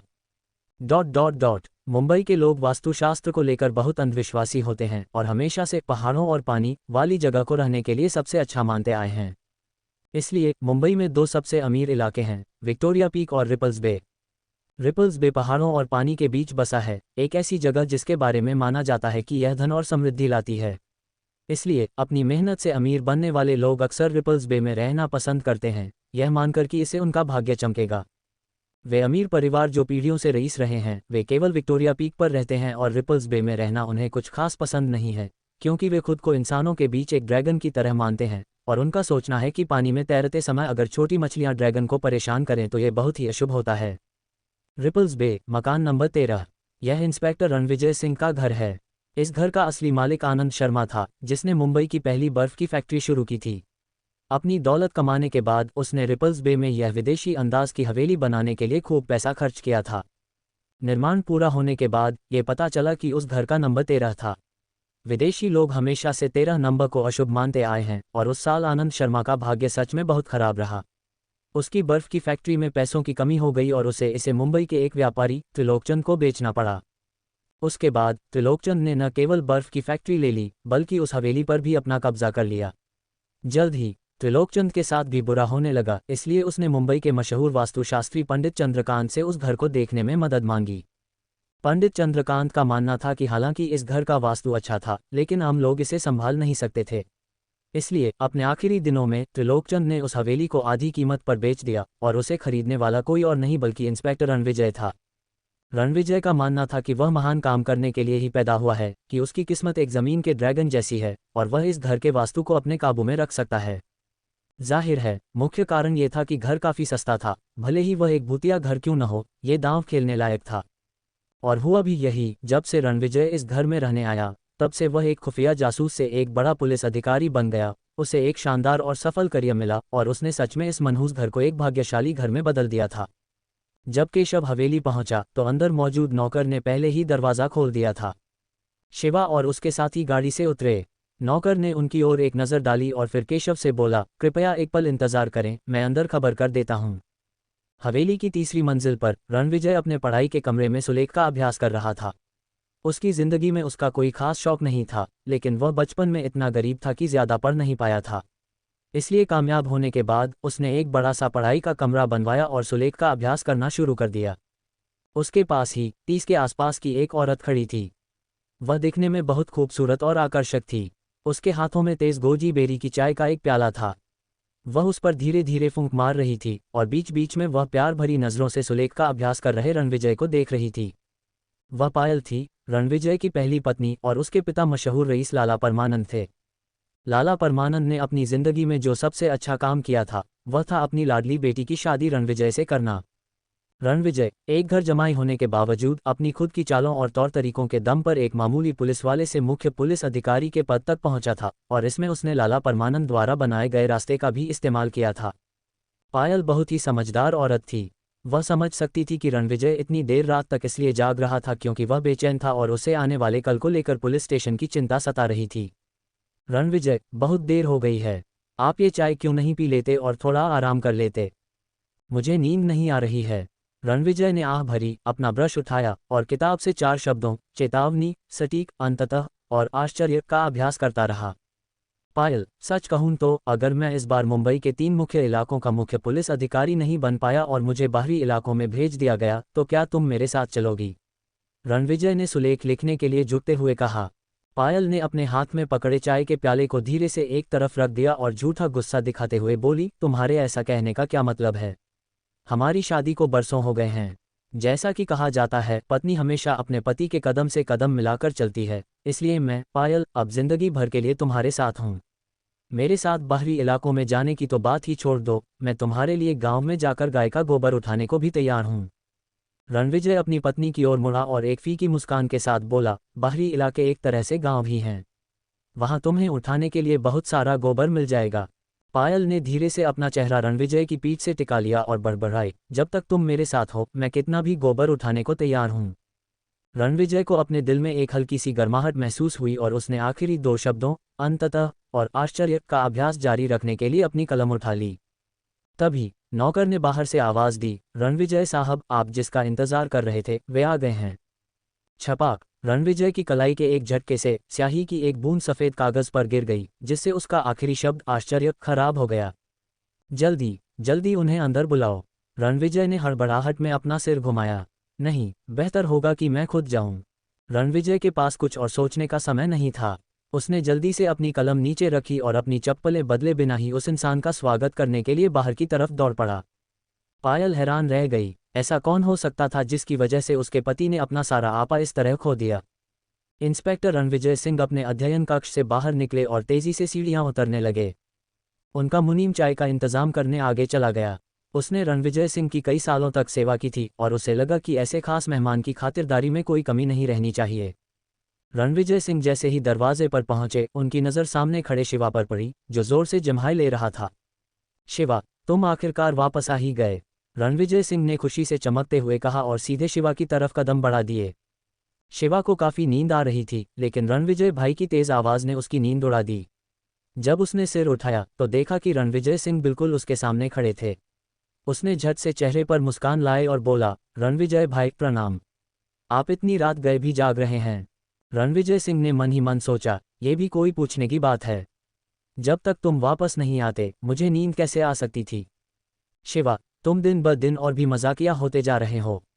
वैसे ये लोग कौन हैं? रणविजय सिंह बोलते बोलते थोड़ा रुके, क्योंकि उन्हें लंगड़े शंकर का चेहरा कुछ जाना पहचाना सा लग रहा था। शिवा ने तुरंत परिचय कराते हुए कहा, ये एकता गैंग के सबसे बड़े बॉस उमा शंकर जी हैं। आपकी ही तरह रणविजय भाई, ये भी मारवाड़ से हैं। और ये जो 2 लोग इनके साथ हैं वो इनके अंगरक्षक हैं। रणविजय सिंह को तुरंत समझ आ गया और उन्होंने मारवाड़ी लहजे में लंगड़े शंकर से हाथ मिलाते हुए कहा, तभी मैं सोचूं कि आपका चेहरा इतना जाना पहचाना क्यों लग रहा है। आप उमा शंकर जी हैं ना? आप भी मारवाड़ से हैं और मैं भी मारवाड़ का ही हूँ। हम तो अपने ही लोग हुए। मारवाड़ी में इसे अपने ही भाई बंद कहते हैं। लंगड़े शंकर ने रणविजय सिंह से पहले भी कुछ बार मुलाकात की थी, लेकिन उनके बीच कोई खास जान पहचान नहीं थी। उस समय रणविजय सिंह केवल 4 बड़े गिरोहों को ही तवज्जो देते थे और एकता गैंग तो उनकी नज़रों में कुछ भी नहीं था। नमस्ते इंस्पेक्टर रणविजय, मैं उमा शंकर हूँ, मारवाड़ का एक भाई बंद। मैंने आपके नाम की बड़ी तारीफ सुनी है। लंगड़े शंकर को बिल्कुल उम्मीद नहीं थी कि रणविजय सिंह इतने विनम्र होंगे, यहाँ तक कि उन्होंने उसकी अपनी बोली में ही उसका स्वागत किया था। अरे नहीं नहीं, उमा शंकर जी का नाम तो मेरे लिए भी बहुत जाना माना है। शिवा ने एक बार फिर जम्हाई ली और कहा, आप दोनों बड़े लोग बस खड़े खड़े ही बातें मत कीजिए। रणविजय भाई, क्या आपके पास चाय मिलेगी? मुझे इतनी तेज नींद आ रही है कि अब बस चाय ही मुझे जगाए रख सकती है। रणविजय सिंह जोर से हंसे और अंदर आने का इशारा करते हुए बोले, मैंने पहले ही बढ़िया चाय बनने के लिए कह दिया है, आइए पधारिए। डॉट डॉट डॉट रोशनी से जगमगाते हुए बैठक कक्ष के अंदर रणविजय सिंह सोफे पर बैठ गए और उनके ठीक सामने लंगड़ा शंकर और शिवा बैठे थे। केशव रणविजय सिंह के बगल में खड़ा था, जबकि देव और शिव लंगड़े शंकर के पीछे खड़े थे। मुनीम ने एक नौकरानी के हाथों चाय मंगवाए और वो सबको चाय परोसने ही वाली थी कि रणविजय सिंह अपनी जगह से उठ खड़े हुए और उन्होंने खुद अपने हाथों से सबको चाय परोसी। लंगड़े शंकर ने कभी सपने में भी नहीं सोचा था कि इतना मशहूर रणविजय सिंह जमीन से इतना जुड़ा हुआ इंसान होगा। यहाँ तक कि देव और शिव को भी लगने लगा कि रणविजय सिंह से मिलना और बात करना बहुत आसान है। सिर्फ शिवा और केशव ही यह सच्चाई जानते थे कि रणविजय भाई बस अपने गुस्से को काबू में रखे हुए हैं। जब उन्हें गुस्सा आता था तो वह एक शेर को भी चीर कर रख सकते थे। सब लोग जरा इस खास चाय का स्वाद लीजिए, जिसे मैंने खास तौर पर नीलगिरी के बागानों से मंगवाया है। लंगड़ा शंकर एक सीधा सादा और खुरदरा इंसान था जिसे चाय की कोई खास परख नहीं थी, लेकिन शिवा इसके बेहतरीन स्वाद को पहचान गया और खुशी से बोल उठा, क्या खुशबू है। रणविजय सिंह मुस्कुराए, अपनी चाय की प्याली उठाए और एक घूंट लेते हुए बोले, शिवा, अगर तुम्हें यह इतनी ही पसंद आई है तो जाते समय एक पैकेट अपने साथ लेते जाना। लेकिन उससे पहले, शिवा, इस बार जब तुम गोवा गए थे। शिवा ने एक गहरी सांस ली और बोला, मुझे माफ़ कर दीजिएगा रणविजय भाई, लेकिन मैं मुंबई के 3 मुख्य इलाकों को आपके लिए बचा नहीं पाया। क्या? रणविजय सिंह के हाथ से चाय छलकते छलकते बची। तुम्हारा मतलब है कि तुम नाकाम रहे? केशव भी बुरी तरह चौंक गया। वह मन ही मन सोचने लगा कि शिवा कितना निडर है, काम बिगाड़ने के बाद भी इतना बेफिक्र बैठा है और तो और रणविजय भाई के सामने ऐसे जवाब भी दे रहा है। शिवा ने जैसे रणविजय सिंह की घबराहट पर कोई ध्यान ही नहीं दिया, उसने अपनी प्याली उठाई और एक घूंट लेते हुए कहा, मैं पूरी तरह से नाकाम नहीं हुआ हूं, लेकिन मुझ पर कर्ज जरूर चढ़ गया है। तुम पर किसका कर्ज चढ़ गया? रणविजय सिंह ने पूछा और उनकी नज़रें अपने आप लंगड़े शंकर की ओर घूम गईं। लंगड़ा शंकर घबरा गया। उसने ये बिल्कुल नहीं सोचा था कि शिवा इस तरह घुमा फिरा कर बात करेगा, जिससे ऐसा लगे कि वह यहाँ अपना कर्ज वसूलने आया है। उसने जल्दी से अपने हाथ हिलाए और सफाई देते हुए कहा, इंस्पेक्टर रणविजय, कृपया मुझे गलत मत समझिएगा। बिल्कुल गलत मत समझिएगा, मैं यहाँ किसी कर्ज की वसूली करने नहीं आया हूँ, पैसे मांगने का तो सवाल ही नहीं उठता। शिवा, जल्दी से इंस्पेक्टर रणविजय को बता दो कि तुमने इस बार कितना बड़ा काम कर दिखाया है। रणविजय सिंह भी उलझन में पड़ गए और उन्हें फिर से शिवा की तरफ देखना पड़ा। ये जानते हुए कि इस मजाक को और ज्यादा खींचना ठीक नहीं होगा, शिवा ने कहा, असल में बात कुछ ऐसी है। फिर उसने विस्तार से बताना शुरू किया कि उस रात गोवा में क्या क्या हुआ था। जब उसने ये बताया कि लंगड़े शंकर ने आगे बढ़कर उसकी मदद की और सीधे 30 लाख रुपए दे दिए, तो वह लंगड़े शंकर की वफादारी और सच्चाई की तारीफ करना नहीं भूला। शिवा की ये बातें सुनकर पास बैठे लंगड़े शंकर का सीना चौड़ा हो गया और अब रणविजय सिंह की नज़रों में भी लंगड़े शंकर के लिए पहले से कहीं ज्यादा सम्मान आ गया था। जब शिवा ने रणविजय सिंह को बताया कि वह मुंबई के 3 मुख्य इलाकों को तो नहीं बचा पाया, लेकिन इसके बदले में उसने उन्हें चीफ डिटेक्टिव इंस्पेक्टर का पद दिला दिया है, तो रणविजय सिंह पूरी तरह से सुन्न रह गए। उनके बगल में खड़ा केशव भी हक्का बक्का रह गया। पूरे बैठक कक्ष में पल भर में सन्नाटा छा गया, एक ऐसा सन्नाटा जो डरा देने वाला था। छपाक, रणविजय सिंह के हाथ से चाय की प्याली छूटकर जमीन पर गिरी और चकनाचूर हो गई। शिवा, मुझे इस तरह मत डराओ। तुमने अभी क्या कहा? Chief inspector. रणविजय सिंह की आवाज़ हल्की सी कांप रही थी और उनकी आंखों में एक अजीब सी चमक तैर गई थी। शिवा ने हामी भरते हुए सिर हिलाया। हाँ, बिल्कुल सही सुना आपने। आपको बहुत बहुत बधाई हो रणविजय भाई। अगर कोई अनहोनी नहीं हुई तो आप बहुत जल्द साउथ बॉम्बे, मध्य मुंबई और बाहरी इलाकों के चीफ डिटेक्टिव इंस्पेक्टर बनने वाले हैं। वो कहावत क्या है, राजा के बाद दूसरा सबसे ताकतवर इंसान। पूरे कक्ष में एक बार फिर से मौत जैसा सन्नाटा छा गया। घटक, किसी से यह भारी और घुटन भरा माहौल बर्दाश्त नहीं हुआ और उसने घबराहट में अपना थूक गटका। रणविजय सिंह जैसे किसी झटके से होश में आए और उन्होंने घबराहट में सबको आवाज़ दी, अरे भाई, सब लोग ऐसे बुत बनकर क्यों खड़े हो, पहले थोड़ी चाय पी लो। फिर उन्होंने मुड़कर कहा, केशव, जा और मेरे वो खास सिगार लेकर आ। वापस सबकी तरफ मुड़ते हुए वह बोले, आप सभी इन सिगारों को पीकर देखिए, एक एक सिगार की कीमत 50 विदेशी डॉलर है। पास खड़े देव और शिव की तो मारे हैरानी के आंखें ही फटी रह गईं। रणविजय सिंह का ये राजसी अंदाज देखकर लंगड़ा शंकर भी दंग रह गया था। उसे भी सिगार पीने का शौक था, लेकिन उसने आज तक इतने महंगे सिगार नहीं पिए थे। शिवा ने गौर किया कि रणविजय सिंह खुशी के मारे इतने पागल हो रहे थे कि उनके मुंह से सही शब्द ही नहीं निकल पा रहे थे। सच कहा जाए तो रणविजय सिंह इतने ज्यादा उत्साहित थे कि वो खुशी से पागल होने की कगार पर पहुंच गए थे। उन्होंने कभी सपने में भी नहीं सोचा था कि शिवा उनके लिए इतनी बड़ी और शानदार खबर लेकर आएगा। वो तो सिर्फ इतना चाहते थे कि किसी तरह मुंबई के 3 मुख्य इलाके उनके हाथ से ना निकलें और वो अपने डिटेक्टिव पद पर बने रहें, लेकिन उन्हें क्या पता था कि शिवा अचानक से उन्हें सबसे बड़ा डिटेक्टिव बना देगा। शहर के सारे डिटेक्टिव अब उनके इशारों पर नाचेंगे, यहाँ तक कि वो कमीना यशवंत भी। अगर एक शब्द में कहा जाए, जबरदस्त। कुछ ही देर में केशव सिगार लेकर आ गया। रणविजय सिंह ने शिवा और लंगड़े शंकर से एक एक सिगार लेने को कहा और फिर सिगार का डिब्बा वापस केशव के हाथों में थमाते हुए बोले, उन दोनों अंगरक्षकों को भी एक एक सिगार दे दो। केशव ने डिब्बा लिया और देव और शिव के पास चला गया। देव और शिव की इतनी हिम्मत नहीं थी कि वो बिना पूछे कुछ भी उठा लें, इसलिए उन्होंने अपने बॉस लंगड़े शंकर की ओर देखा। लंगड़े शंकर ने कहा, आज रात इंस्पेक्टर रणविजय बहुत खुश हैं, इसे अपना इनाम समझकर रख लो। देव और शिव ने खुशी खुशी झुककर रणविजय सिंह को प्रणाम किया और बोले, आपका बहुत बहुत शुक्रिया इंस्पेक्टर रणविजय। फिर उन्होंने अपने हाथों को अपने कपड़ों पर पोंछा और बहुत ही सावधानी से डिब्बे में से एक एक सिगार निकाल लिया। आभार जताने के लिए वे एक बार फिर रणविजय सिंह के सामने झुके। एक सिगार की कीमत 50 विदेशी डॉलर थी, जो कि यहाँ के 350 रुपये के बराबर थी। ये रकम तो कई लोगों की पूरे महीने की तनख्वाह से भी कहीं ज्यादा थी। रणविजय सिंह ने अपने बड़े से सिगार का कश खींचा और धीरे धीरे अपने भीतर उबल रहे उत्साह को शांत करने की कोशिश करने लगे। लंगड़ा शंकर भी अपना बड़ा सिगार पी रहा था और मन ही मन ये सोच रहा था कि वह रणविजय सिंह के सामने इलाकों के बंटवारे की बात कैसे शुरू करे। शिवा अपने सिगार को उंगलियों में घुमा रहा था और ना चाहते हुए भी उसे फिर से एक जम्हाई आ गई। इतनी देर तक बैठे बैठे मुझे नींद घेर रही है, मैं जरा बाहर खुली हवा में टहल कर आता हूँ, आप लोग अपनी बातचीत जारी रखिए। केशव भी बहुत तेज दिमाग वाला आदमी था, उसने तुरंत कहा, मैं भी शिवा के साथ बाहर जाता हूँ, उसे कंपनी मिल जाएगी। देव और शिवा भी वहीं बुतों की तरह चुपचाप खड़े थे। तभी लंगड़े शंकर ने अपना सिर घुमाया और उनसे कहा, तुम दोनों भी बाहर जाकर थोड़ी ताज़ी हवा खाओ। देव और शिव ने एक दूसरे की तरफ ऐसे देखा जैसे उन्हें बहुत कुछ समझ आ गया हो, लेकिन साथ ही ऐसा भी लग रहा था जैसे उनके पल्ले कुछ भी नहीं पड़ा था। जल्द ही उस विशाल बैठक कक्ष में केवल रणविजय सिंह और लंगड़ा शंकर ही रह गए। अतीत में भले ही लंगड़ा शंकर एकता गैंग का सबसे बड़ा बॉस था, लेकिन उसकी इतनी हैसियत नहीं थी कि वह रणविजय सिंह के बराबर बैठ सके। रणविजय सिंह के साथ मोलभाव करना और भविष्य में इलाकों को कैसे बांटना है, इस पर चर्चा करना तो बहुत दूर की बात थी। लेकिन अब समय बदल चुका था। लंगड़े शंकर ने रणविजय सिंह को हिंदुस्तानी डिटेक्टिव एजेंसी का चीफ इंस्पेक्टर बनने में मदद करने के लिए 30 लाख रुपये की पेशकश की थी। सिर्फ इसी बात ने उसे बराबरी का दर्जा दे दिया था। अब जब रणविजय सिंह के हाथों में मुंबई के 3 मुख्य इलाके नहीं रह गए थे, तो लंगड़े शंकर की सोच का दायरा भी काफ़ी बढ़ गया था। मुंबई के 18 जिलों में से सबसे गरीब इलाकों कूनटोन, क्वाई तसिंग और नाला सोपारा में भी अगर आप अपना काम ठीक से चलाएं तो पैसा कमाया जा सकता था।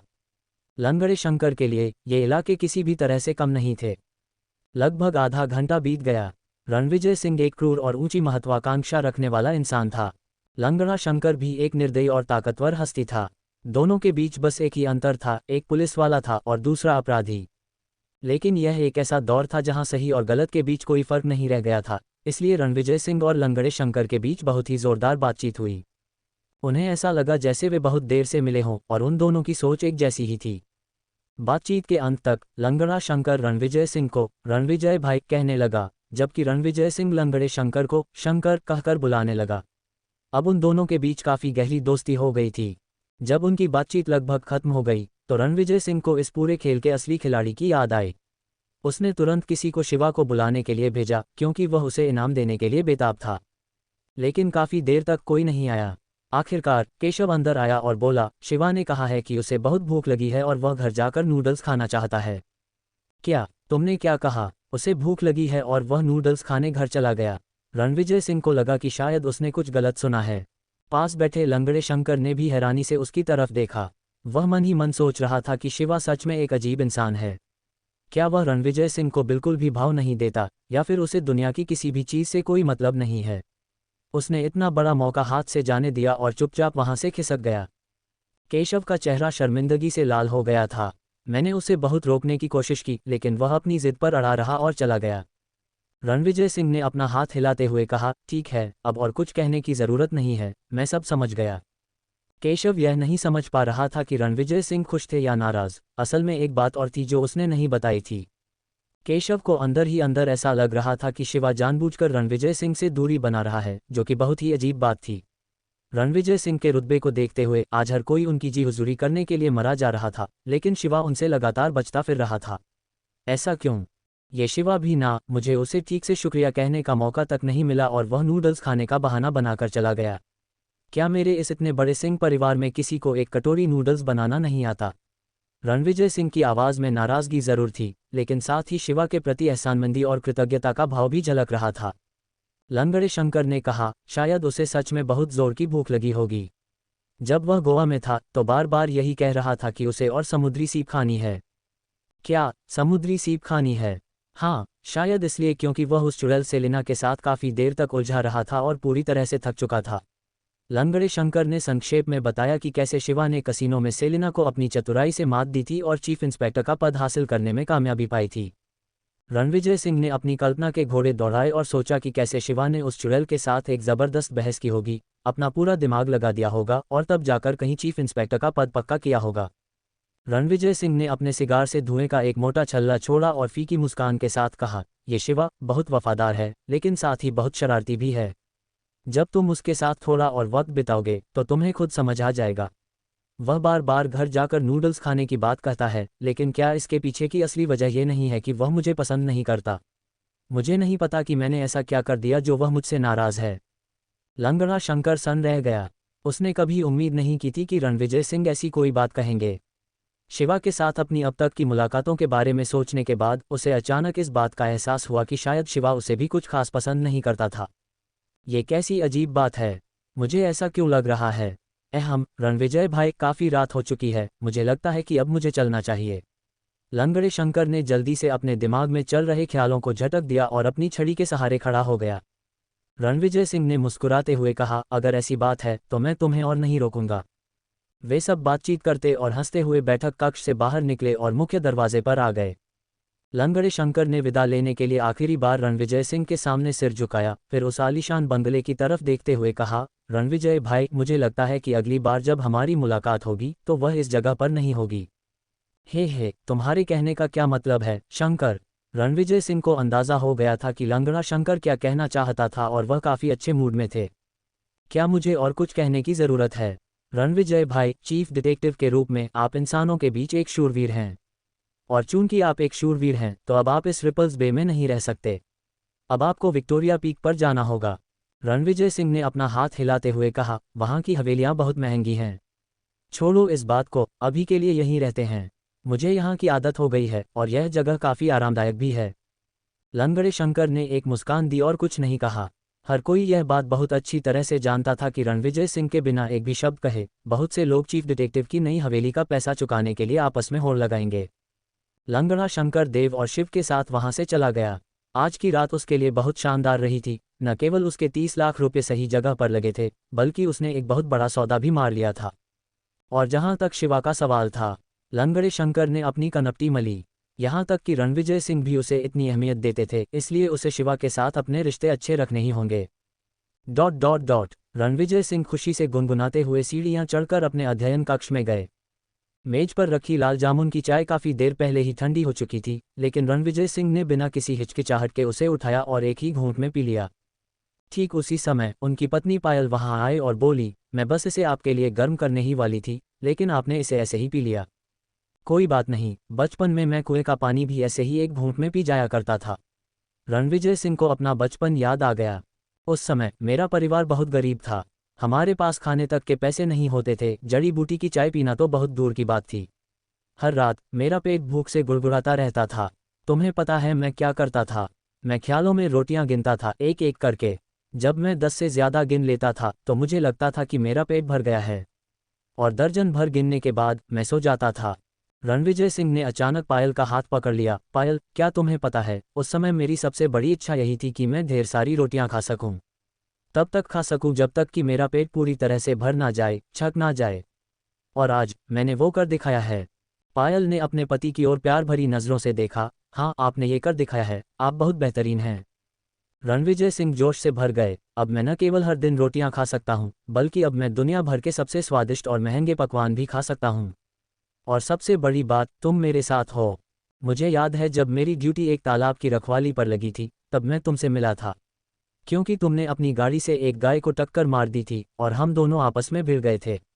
बाद में जब हम एक पहाड़ पर चढ़ रहे थे, तब तुमने मुझे दिन दहाड़े एक कविता की एक पंक्ति भी सिखाई थी। पायल का खूबसूरत चेहरा तुरंत शर्म से लाल हो गया। कविता? रणविजय सिंह ने उसे अपनी बाहों में खींच लिया और छेड़ते हुए कहा, तुम सच में भूल गई? वो पंक्ति थी, सूरज पहाड़ों के पीछे डूबता है। मैं उस समय कितना बेवकूफ़ था। पायल ने अपनी आंखें घुमाते हुए कहा, आप अब भी उतने ही बेवकूफ़ हैं। रणविजय सिंह जोर से हंसे। भले ही मैं बेवकूफ़ हूँ, लेकिन फिर भी मैंने तुमसे शादी की और इतनी ऊंचाइयों तक पहुंच गया। लेकिन इतना ही काफ़ी नहीं है, मैं और भी ऊंचे मुकाम पर पहुंचना चाहता हूँ, इस रिपल्स बे से उस पहाड़ की चोटी तक। क्या हम घर बदल रहे हैं? पायल थोड़ी हैरान रह गई। रणविजय सिंह ने पायल का हाथ छोड़ दिया और हंसते हुए बोले, बिल्कुल। उस समय चोर बाजार के ज्योतिषी बाबा ने कहा था कि मेरी किस्मत एक ज़मीनी नाग जैसी है। अगर किस्मत ने मेरा साथ नहीं दिया तो मैं जिंदगी भर सिर्फ उथले पानी में ही रह जाऊंगा। लेकिन अब जब मैं एक ज़मीनी नाग से बदलकर एक ताकतवर शूरवीर नाग बन गया हूं, तो मैं इस उथले किनारे पर कैसे फंसा रह सकता हूं? ठीक उसके बाद रणविजय सिंह खुद को रोक नहीं पाए और उन्होंने पायल को विस्तार से बताया कि कैसे शिवा ने उन्हें हिंदुस्तानी डिटेक्टिव एजेंसी का चीफ इंस्पेक्टर बनने में मदद की थी। वह अपनी इस खुशी को अपनी पत्नी के साथ बांटना चाहते थे। तो वह शिवा सच में एक बहुत ही कमाल का इंसान है, वह मेरे लिए इतना बड़ा काम भी कर सकता है। रणविजय सिंह बहुत उत्साहित थे, और अब जब वहां कोई बाहरी इंसान नहीं था तो उन्होंने कुछ भी छिपाने की कोशिश नहीं की। अगर मैं सच में चीफ डिटेक्टिव बन गया तो तुम, पायल, चीफ डिटेक्टिव की पत्नी बन जाओगी, और हम दोनों एक साथ विक्टोरिया पीक पर रहने जाएंगे और उन अमीर विदेशियों के पड़ोसी बनेंगे। तुम्हें नहीं पता मैं उन दो बड़े लोगों, योगेश दत्त और लक्ष्मण साहब से कितनी ईर्ष्या करता था। योगेश दत्त विक्टोरिया पीक के पहाड़ी इलाके वाली हवेलियों में रहने वाला पहला हिंदुस्तानी डिटेक्टिव था। और लक्ष्मण साहब के बारे में तो क्या ही कहना, वह इतने सालों तक एक बड़ी हस्ती रहे और उन्होंने बेतहाशा पैसा कमाया। आखिर में वह भी वहीं रहने चले गए और योगेश दत्त के पड़ोसी बन गए। अब आखिरकार मेरी, रणविजय सिंह की बारी आ गई है। पायल ने अपने उत्साहित पति की ओर देखा। वह कुछ कहना चाहती थी, लेकिन उसके होंठ हिले और कोई आवाज़ नहीं निकली। रणविजय सिंह अपनी पत्नी की इस उलझन से पूरी तरह अनजान थे। वह अभी भी कामयाबी और दौलत से भरे एक सुनहरे भविष्य के सपने देख रहे थे। पायल के मन में भी सवालों का तूफान उठ रहा था। अगर रणविजय जमीनी नाग से बदलकर एक विशाल शूरवीर बन गए हैं, तो फिर शिवा कौन है? वह किस मिट्टी का बना है? आछू! टैक्सी के अंदर शिवा सिंह ने जोर से छींक मारी। वह सोच रहा था कि क्या कोई उसकी पीठ पीछे उसकी बुराई कर रहा है। बहुत देर हो चुकी थी और रिपल्स बे से नाला सोपारा का सफ़र इतना लंबा था कि रिक्शा लेना कोई समझदारी का काम नहीं था। लेकिन इतनी रात गए, एकमात्र विकल्प यही था कि बहुत सारे पैसे खर्च करके एक रिक्शा लिया जाए, जिससे शिवा को अपने पिछले जीवन की टैक्सियों की बहुत याद आ रही थी। रास्ते के बीच में, क्योंकि उसे बहुत जोरों की भूख लग रही थी, शिवा ने गाड़ी रुकवाई और एक कटोरी नूडल्स खाने के लिए पास ही एक रात के बाजार का ठेला ढूंढ लिया। हैरानी की बात थी कि उस ठेले वाले को खाना बनाना बिल्कुल नहीं आता था। मटन के कोफ्ते बिल्कुल भी अच्छे नहीं थे, मांस बहुत कड़ा था और नूडल्स चिपचिपे और एकदम गले हुए थे। वह खाना बेहद बेस्वाद था। अंत में शिवा ने पैसे चुकाए, लेकिन सिर्फ 3-4 निवाले खाकर ही उसने अपनी चॉपस्टिक्स और कटोरी नीचे रख दी। भूख लगने पर भी वह खाने के स्तर के मामले में कोई समझौता नहीं कर सकता था। उसने एक और रिक्शा रोका और सुबह होने से पहले सीधे बाहरी इलाके के नाला सोपारा की तरफ निकल पड़ा। जब शिवा गाड़ी से नाला सोपारा की फैक्ट्री पहुंचा, तो उसने देखा कि फैक्ट्री के दरवाजे पर 3 हरी पुलिस की जीपें खड़ी थीं। तीनों जीपों की हेडलाइट्स चालू थीं, जिससे फैक्ट्री के प्रवेश द्वार पर तेज रोशनी पड़ रही थी, जहां लोगों की एक भीड़ जमा थी और बहुत शोर मचा रही थी। सत्यानाश! हमारी फैक्ट्री कल खुलने वाली है, तुम लोगों का इस वक्त यहाँ आने का क्या मतलब है? फैक्ट्री की सुरक्षा टीम के कप्तान के रूप में दाढ़ी वाले रंगा ने फैक्ट्री के दरवाजे की रखवाली करने और बाहरी लोगों को अंदर आने से रोकने के लिए रात की ड्यूटी वाले 30 सुरक्षा गार्डों का नेतृत्व किया। तुम आधी रात को यहाँ आकर कहते हो कि तुम तस्करों को पकड़ने आए हो, साफ दिख रहा है कि तुम लोग हमसे बस पैसे ऐंठना चाहते हो। मैं तुम्हें बता दूं, यह एक फैक्ट्री है, कोई खैरात बांटने की जगह नहीं। रंगा के सामने 4 सादे कपड़ों वाले जासूस खड़े थे, जबकि उनके पीछे हरी वर्दी पहने 8 पुलिस वाले थे। ये लोग बहुत ही खतरनाक और घमंडी लग रहे थे। उनका मुख्य जासूस, जिसकी आंखें मछली की तरह बाहर की ओर निकली हुई थीं, उसने घमंड से अपनी कमीज ऊपर उठाई, जिससे उसकी कमर पर लगी पिस्तौल दिखने लगी, और बोला, क्या बगावत करने की कोशिश कर रहे हो? तुम्हें पहले इस बंदूक का सामना करना होगा। बड़ी आंख वाले, तुम्हारे कहने का क्या मतलब है? तुम्हें क्या लगता है, अगर हम तुम्हें पैसे नहीं देंगे तो तुम गोली चलाने की हिम्मत करोगे? रंगा ने मछली जैसी आंखों वाले जासूस को घूरते हुए कहा। मछली जैसी आंखों वाले जासूस, जिसे सब बड़ी आंख वाला कहते थे, ने हंसते हुए कहा, मैं गोली क्यों नहीं चलाऊंगा? मैं तुम्हें समझाने की कोशिश कर रहा हूं, लेकिन तुम मेरे साथ ऐसा बर्ताव कर रहे हो जैसे मैं कोई बकवास कर रहा हूं। मैं कोई ऐसा वैसा आदमी नहीं हूं जिससे तुम खिलवाड़ कर सको। हाँ, तुम कमीनों को अच्छाई रास नहीं आती। क्या हम यहाँ तस्करी की जांच कर रहे हैं? अगर तुमने कुछ गलत नहीं किया है तो तुम हमें तलाशी के लिए फैक्ट्री के अंदर क्यों नहीं जाने देते? एक और जासूस ने धमकी दी। तस्करी? ये नाला सोपारा है, कोलाबा नहीं। यहाँ कोई बंदरगाह नहीं है। हम यहाँ किस चीज़ की तस्करी करेंगे? गाय के गोबर की। रंगा ने कमर पर हाथ रखते हुए दूसरे आदमी पर चिल्लाकर कहा। रंगा के पीछे कैटशिट बोला और अन्य लोगों ने अपनी गर्दन अकड़ाते हुए कहा, रंगा भाई, इन पर अपनी ऊर्जा बर्बाद मत करो। हम यहाँ 30 लोग हैं और ये मुश्किल से 1 दर्जन हैं। देखते हैं कौन अंदर घुसने की हिम्मत करता है। बड़ी आंख वाले ने अपनी .38 कैलिबर की बंदूक निकाली। देखते हैं किसके पास ज़्यादा आदमी हैं। मेरे पास यहाँ 6 गोलियां हैं। तुम में से कौन सबसे पहले गोली खाना चाहता है? फिर उसने भोला की ओर अपनी बंदूक तानी और उसके बाद उसे रंगा के सिर पर तान दिया। कमीने, अगर तेरी मरने की इच्छा है तो मैं तेरी यह इच्छा पूरी कर दूंगा। रंगा ने गुस्से से घूरा, लेकिन हिलने की हिम्मत नहीं की, क्योंकि वह जानता था कि इन भ्रष्ट पुलिस वालों से पंगा लेना ठीक नहीं है। पहले के समय में वह अपने आदमियों के साथ इन भ्रष्ट पुलिस वालों से लड़ने की हिम्मत कर लेता, लेकिन जब से सादे कपड़ों वाले जासूसों को कुछ विशेष परिस्थितियों में हथियार चलाने की आज़ादी मिली थी, तब से इन गुंडों की बहादुरी इस आदमी के हाथ में मौजूद बंदूक के नीचे दब गई थी। 1950 का दशक गुंडों के लिए एक सुनहरा दौर था।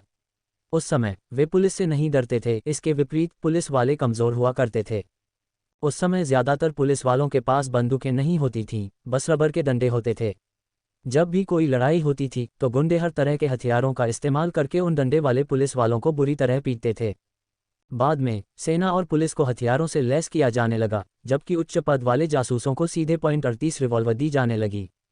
सार्वजनिक व्यवस्था बनाए रखने और बढ़ते अपराधों को दबाने के लिए ब्रिटिश सरकार ने पुलिस बल को खतरनाक परिस्थितियों में खुद से हथियार चलाने की अनुमति दे दी। इस नियम के कारण कई ऐसे मामले सामने आए जहां पुलिस ने संदिग्धों को सीधे गोली मार दी। जिसके पास बंदूक है वही राजा है। अंडरवर्ल्ड के सरगनाओं का सारा घमंड बंदूक के आगे तुरंत चकनाचूर हो गया था।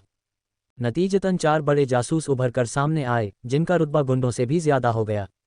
बड़ी आंख वाले ने देखा कि बंदूक निकालते ही उसने उस बेखौफ दाढ़ी वाले आदमी को डरा दिया है, तो वह बहुत खुश हुआ। तभी एक आवाज़ आई, ऑफिसर, हर कोई यहाँ बस पैसे के पीछे भाग रहा है, इतना हंगामा करने की कोई ज़रूरत नहीं है।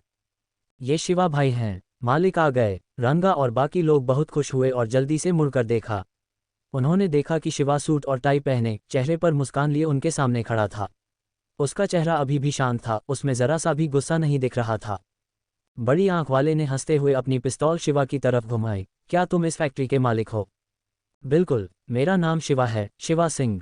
शिवा ने मुस्कुराते हुए एक सिगरेट निकाली और उसे दी।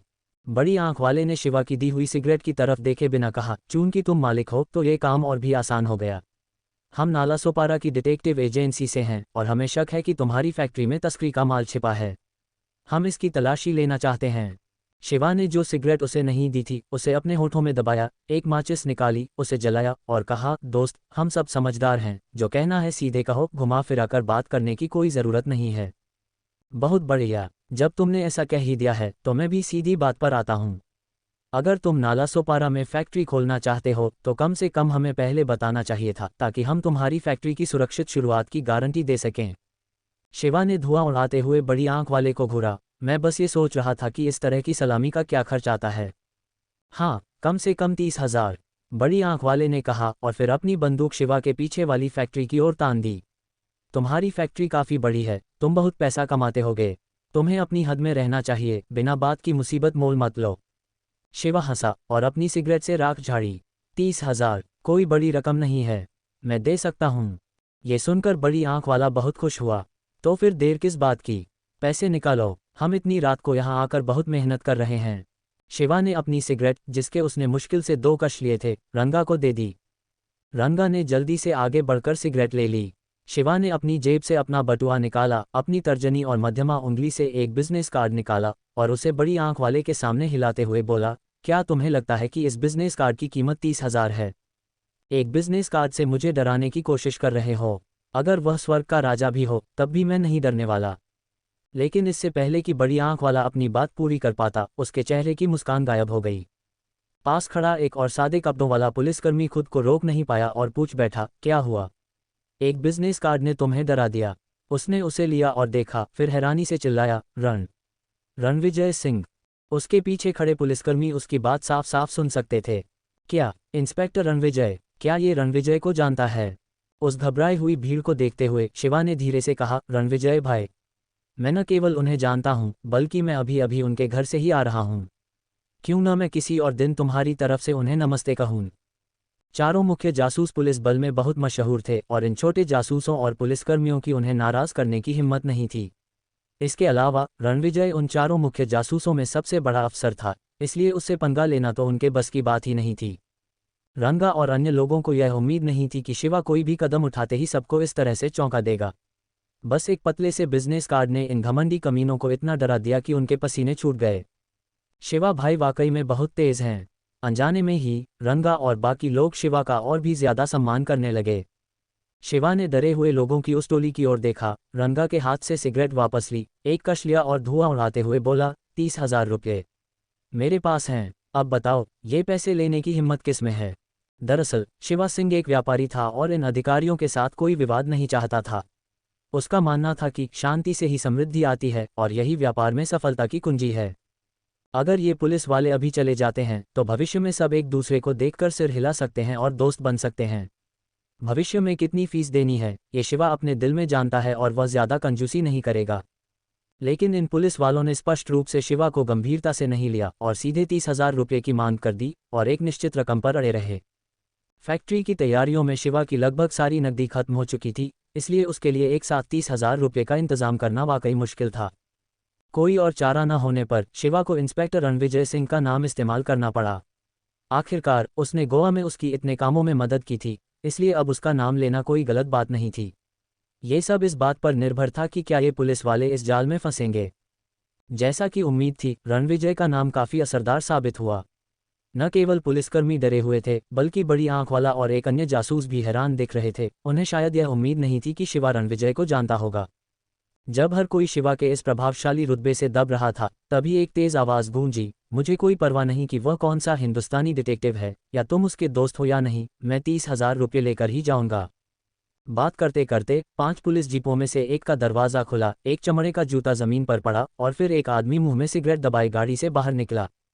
वह आदमी लंबा और पतला था, उसने एक फूलदार कमीज और धूप का चश्मा पहना हुआ था और उसके बालों में बहुत सारा हेयर वैक्स लगाकर उन्हें पीछे की तरफ कंघी किया गया था। सबकी नज़रों के सामने वह आदमी मुंह में सिगरेट दबाए शिवा के पास चला गया। जो घमंडी आदमी अभी तक अकड़ दिखा रहा था, वह तुरंत उसके सामने झुक गया और गिड़गिड़ाने लगा, कुणाल भाई, आप गाड़ी से क्यों उतर गए? क्या आप थोड़ी देर और आराम नहीं कर सकते थे?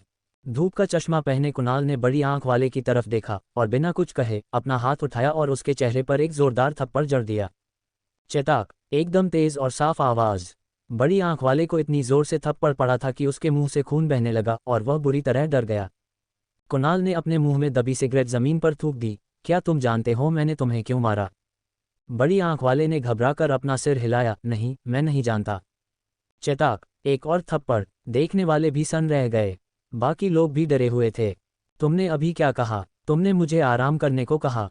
अगर मैं थोड़ा और आराम कर लूं तो तुम हम पुलिस वालों की नाक कटवा दोगे। कुणाल ने अपने चश्मे के पीछे से बाकी जासूसों और पुलिस वालों को घूरा। वे उससे बहुत डरे हुए थे और उसकी आंखों में देखने की हिम्मत नहीं कर पा रहे थे। कुणाल फिर से मुड़ा, उसने शिवा की ओर देखा, उसके होठों पर एक भयानक मुस्कान आ गई और उसने अपनी नाक पर टिके चश्मे को उतारने के लिए हाथ बढ़ाया। शिवा, हम फिर मिल गए। कैसा लगा, क्या तुम हैरान हो? शिवा के सामने एक भयानक चेहरा नजर आया। कुणाल, शिवा का पुराना बॉस। वह वही अपराधी था जिसने शिवा को पुलिस की नौकरी से बाहर निकाला था। कुणाल को अचानक अपने सामने देखकर शिवा बिल्कुल भी हैरान नहीं हुआ। तो ये साजंट कुणाल है। बहुत दिनों बाद मिले, ये तो सच में एक सुखद आश्चर्य है। कुणाल मुस्कुराया, अपनी जेब से एक रुमाल निकाला, उसे खोला और धीरे से अपने चश्मे के शीशे पोंछने लगा। मुझे साजंट मत बुलाओ, अब मैं एक जासूस हूँ, मुझे जासूस कुणाल कहो। बड़ी आंख वाले ने, जिसे अभी अभी थप्पड़ पड़ा था, कहा। कुणाल भाई बहुत पहले ही साधारण पुलिस वाले नहीं रहे। वे अब नालासोपारा के जासूस हैं। इससे पहले कि शिवा कुछ समझ पाता, उसके पीछे खड़ा दाढ़ी वाला रंगा जल्दी से आगे बढ़ा और उसके कान में कुछ शब्द फुसफुसाए। रंगा ने एक बार सेक्रेटरी चाली और जुगल बाबू के सामने दीन हाँकी थी कि वह कुणाल को जानता है, लेकिन असल में उसने कुणाल के साथ बस एक ही बार खाना खाया था। हालांकि उसे एक मुलाकात ने ही उसे एहसास करा दिया था कि कुणाल कितना खतरनाक था, वह कितना निर्दयी और बेईमान था, यहाँ तक कि अंडरवर्ल्ड के कई गुंडों से भी ज्यादा खतरनाक। कुणाल दादर में पुलिस का एक साजन था। फिर उसने एक बड़े आदमी का साथ पकड़कर और उसे अपना गॉडफादर बनाकर सफलता की सीढ़ियां चढ़ीं। उसके बाद से वह ऊंचे पदों पर पहुंचता गया। सबसे पहले उसका तबादला दादर से कूनटोंग कर दिया गया, जहां वह सीधे एक जासूस बन गया। कूनटोंग में उसने लोगों को इल्जाम अपने सिर लेने के लिए खरीदा और कई बड़े केस सुलझा दिए। 1 महीने से भी कम समय में उसका तबादला सबसे गरीब इलाके कूनटोंग से नालासोपारा कर दिया गया। ये कहा जा सकता है कि कुणाल की सफलता रॉकेट की तरह तेज थी और पैसे कमाने की उसकी कला सबसे बेहतरीन थी। रंगा के अनुसार किसी के पूर्वजों की कब्रें खोदना भी कुणाल जितना क्रूर काम नहीं होगा। ज्यादा पैसे कमाने के लिए उसने न केवल लोगों को कबूल करने के लिए यातनाएं दी, बल्कि वेश्याओं से सुरक्षा के पैसे, रेडी पटरी वालों से पैसे और नायों से पैसे वसूलने के कई बहाने भी बनाए। यहाँ तक कि कूनटोंग के भिखारी भी उससे डरते थे। वह सचमुच भिखारियों के मुंह से निवाला छीन लेता था। रंगा को शिवा के कान में फुसफुसाते देखकर कुणाल ने अपना चश्मा पोंछने वाला रुमाल मोड़ा और उसे रंगा के सिर पर फेंक कर मारा। रंगा तुरंत गुस्से से पागल हो गया और अपनी आंखों में आग लिए कुणाल को घूरने लगा। अगर शिवा ने उसे नहीं रोका होता तो वह शायद भड़क ही जाता। कुणाल ने शांति से अपना चश्मा मोड़ा और उसे अपनी बाईं जेब में रख लिया। फिर उसने ऊपर देखा और उसे घूरते हुए रंगा की ओर तिरछी नजर डाली। तुम्हारा नाम दाढ़ी वाला रंगा है ना? अगर मुझे ठीक से याद है तो तुमने एक बार मेरे साथ खाना खाया था। क्या हुआ, तुम अपने पुराने दोस्त का अभिवादन भी नहीं करते, बल्कि एक औरत की तरह बकवास किए जा रहे हो? कुणाल, जब तुम मुझे जानते हो तो मेरी कुछ तो इज्जत रखो। ये फैक्ट्री मेरी सुरक्षा में है। कुणाल ने मजाक उड़ाते हुए रंगा की ओर इशारा किया। मैं तुम्हारी इज्जत करूंगा। तुम यहाँ बस एक चौकीदार हो। तुम किस बारे में बात कर रहे हो कि मुझसे सुरक्षा ले लोगे? तुम खुद को समझते क्या हो? मैं तुम्हारी इज्जत क्यों करूं? रंगा का चेहरा लाल हो गया, लेकिन सौभाग्य से उसकी त्वचा काफी गहरी थी और रात का समय था, इसलिए यह ज्यादा साफ नहीं दिखा। शिवा ने रंगा को पहले शांत होने को कहा। उसे डर था कि कहीं वह गुस्से में पुलिस वालों से लड़ना पड़े। वापस मुड़कर शिवा ने कुणाल से कहा, चूंकि तुम दाढ़ी वाले रंगा की इज्जत नहीं करते, इसका मतलब है कि तुम हचिसन गिरोह की भी इज्जत नहीं करते। तो रणविजय भाई का क्या? उनकी इज्जत का क्या? कुणाल ने अपना सिर घुमाया और रणविजय के उस बिजनेस कार्ड की ओर देखा जो अभी भी उसके बगल वाले जासूस के हाथ में था। कुणाल ने बिजनेस कार्ड लिया और उस पर एक नज़र डाली। तस्क तस्क, ये तो सच में जासूस रणविजय का बिजनेस कार्ड है। मैंने सुना है कि उनके बिजनेस कार्ड बहुत कीमती होते हैं और वह उन्हें शायद ही कभी किसी को देते हैं।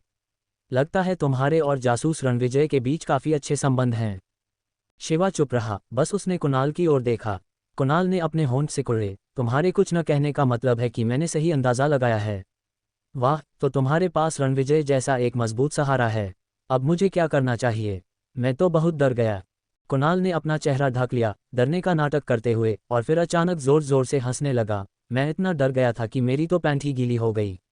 उसने अपने पीछे खड़े युवा पुलिसकर्मियों की ओर मुड़कर पूछा, और तुम लोगों का क्या? क्या तुम लोगों ने भी मेरी तरह अपनी पैंट गीली कर ली? पुलिसकर्मियों ने एक दूसरे की ओर देखा, उन्हें समझ नहीं आ रहा था कि क्या जवाब दें। उनमें से एक, जो आदतन चापलूस था, ने मुंह बनाते हुए कहा, कुणाल भाई सही कह रहे हैं।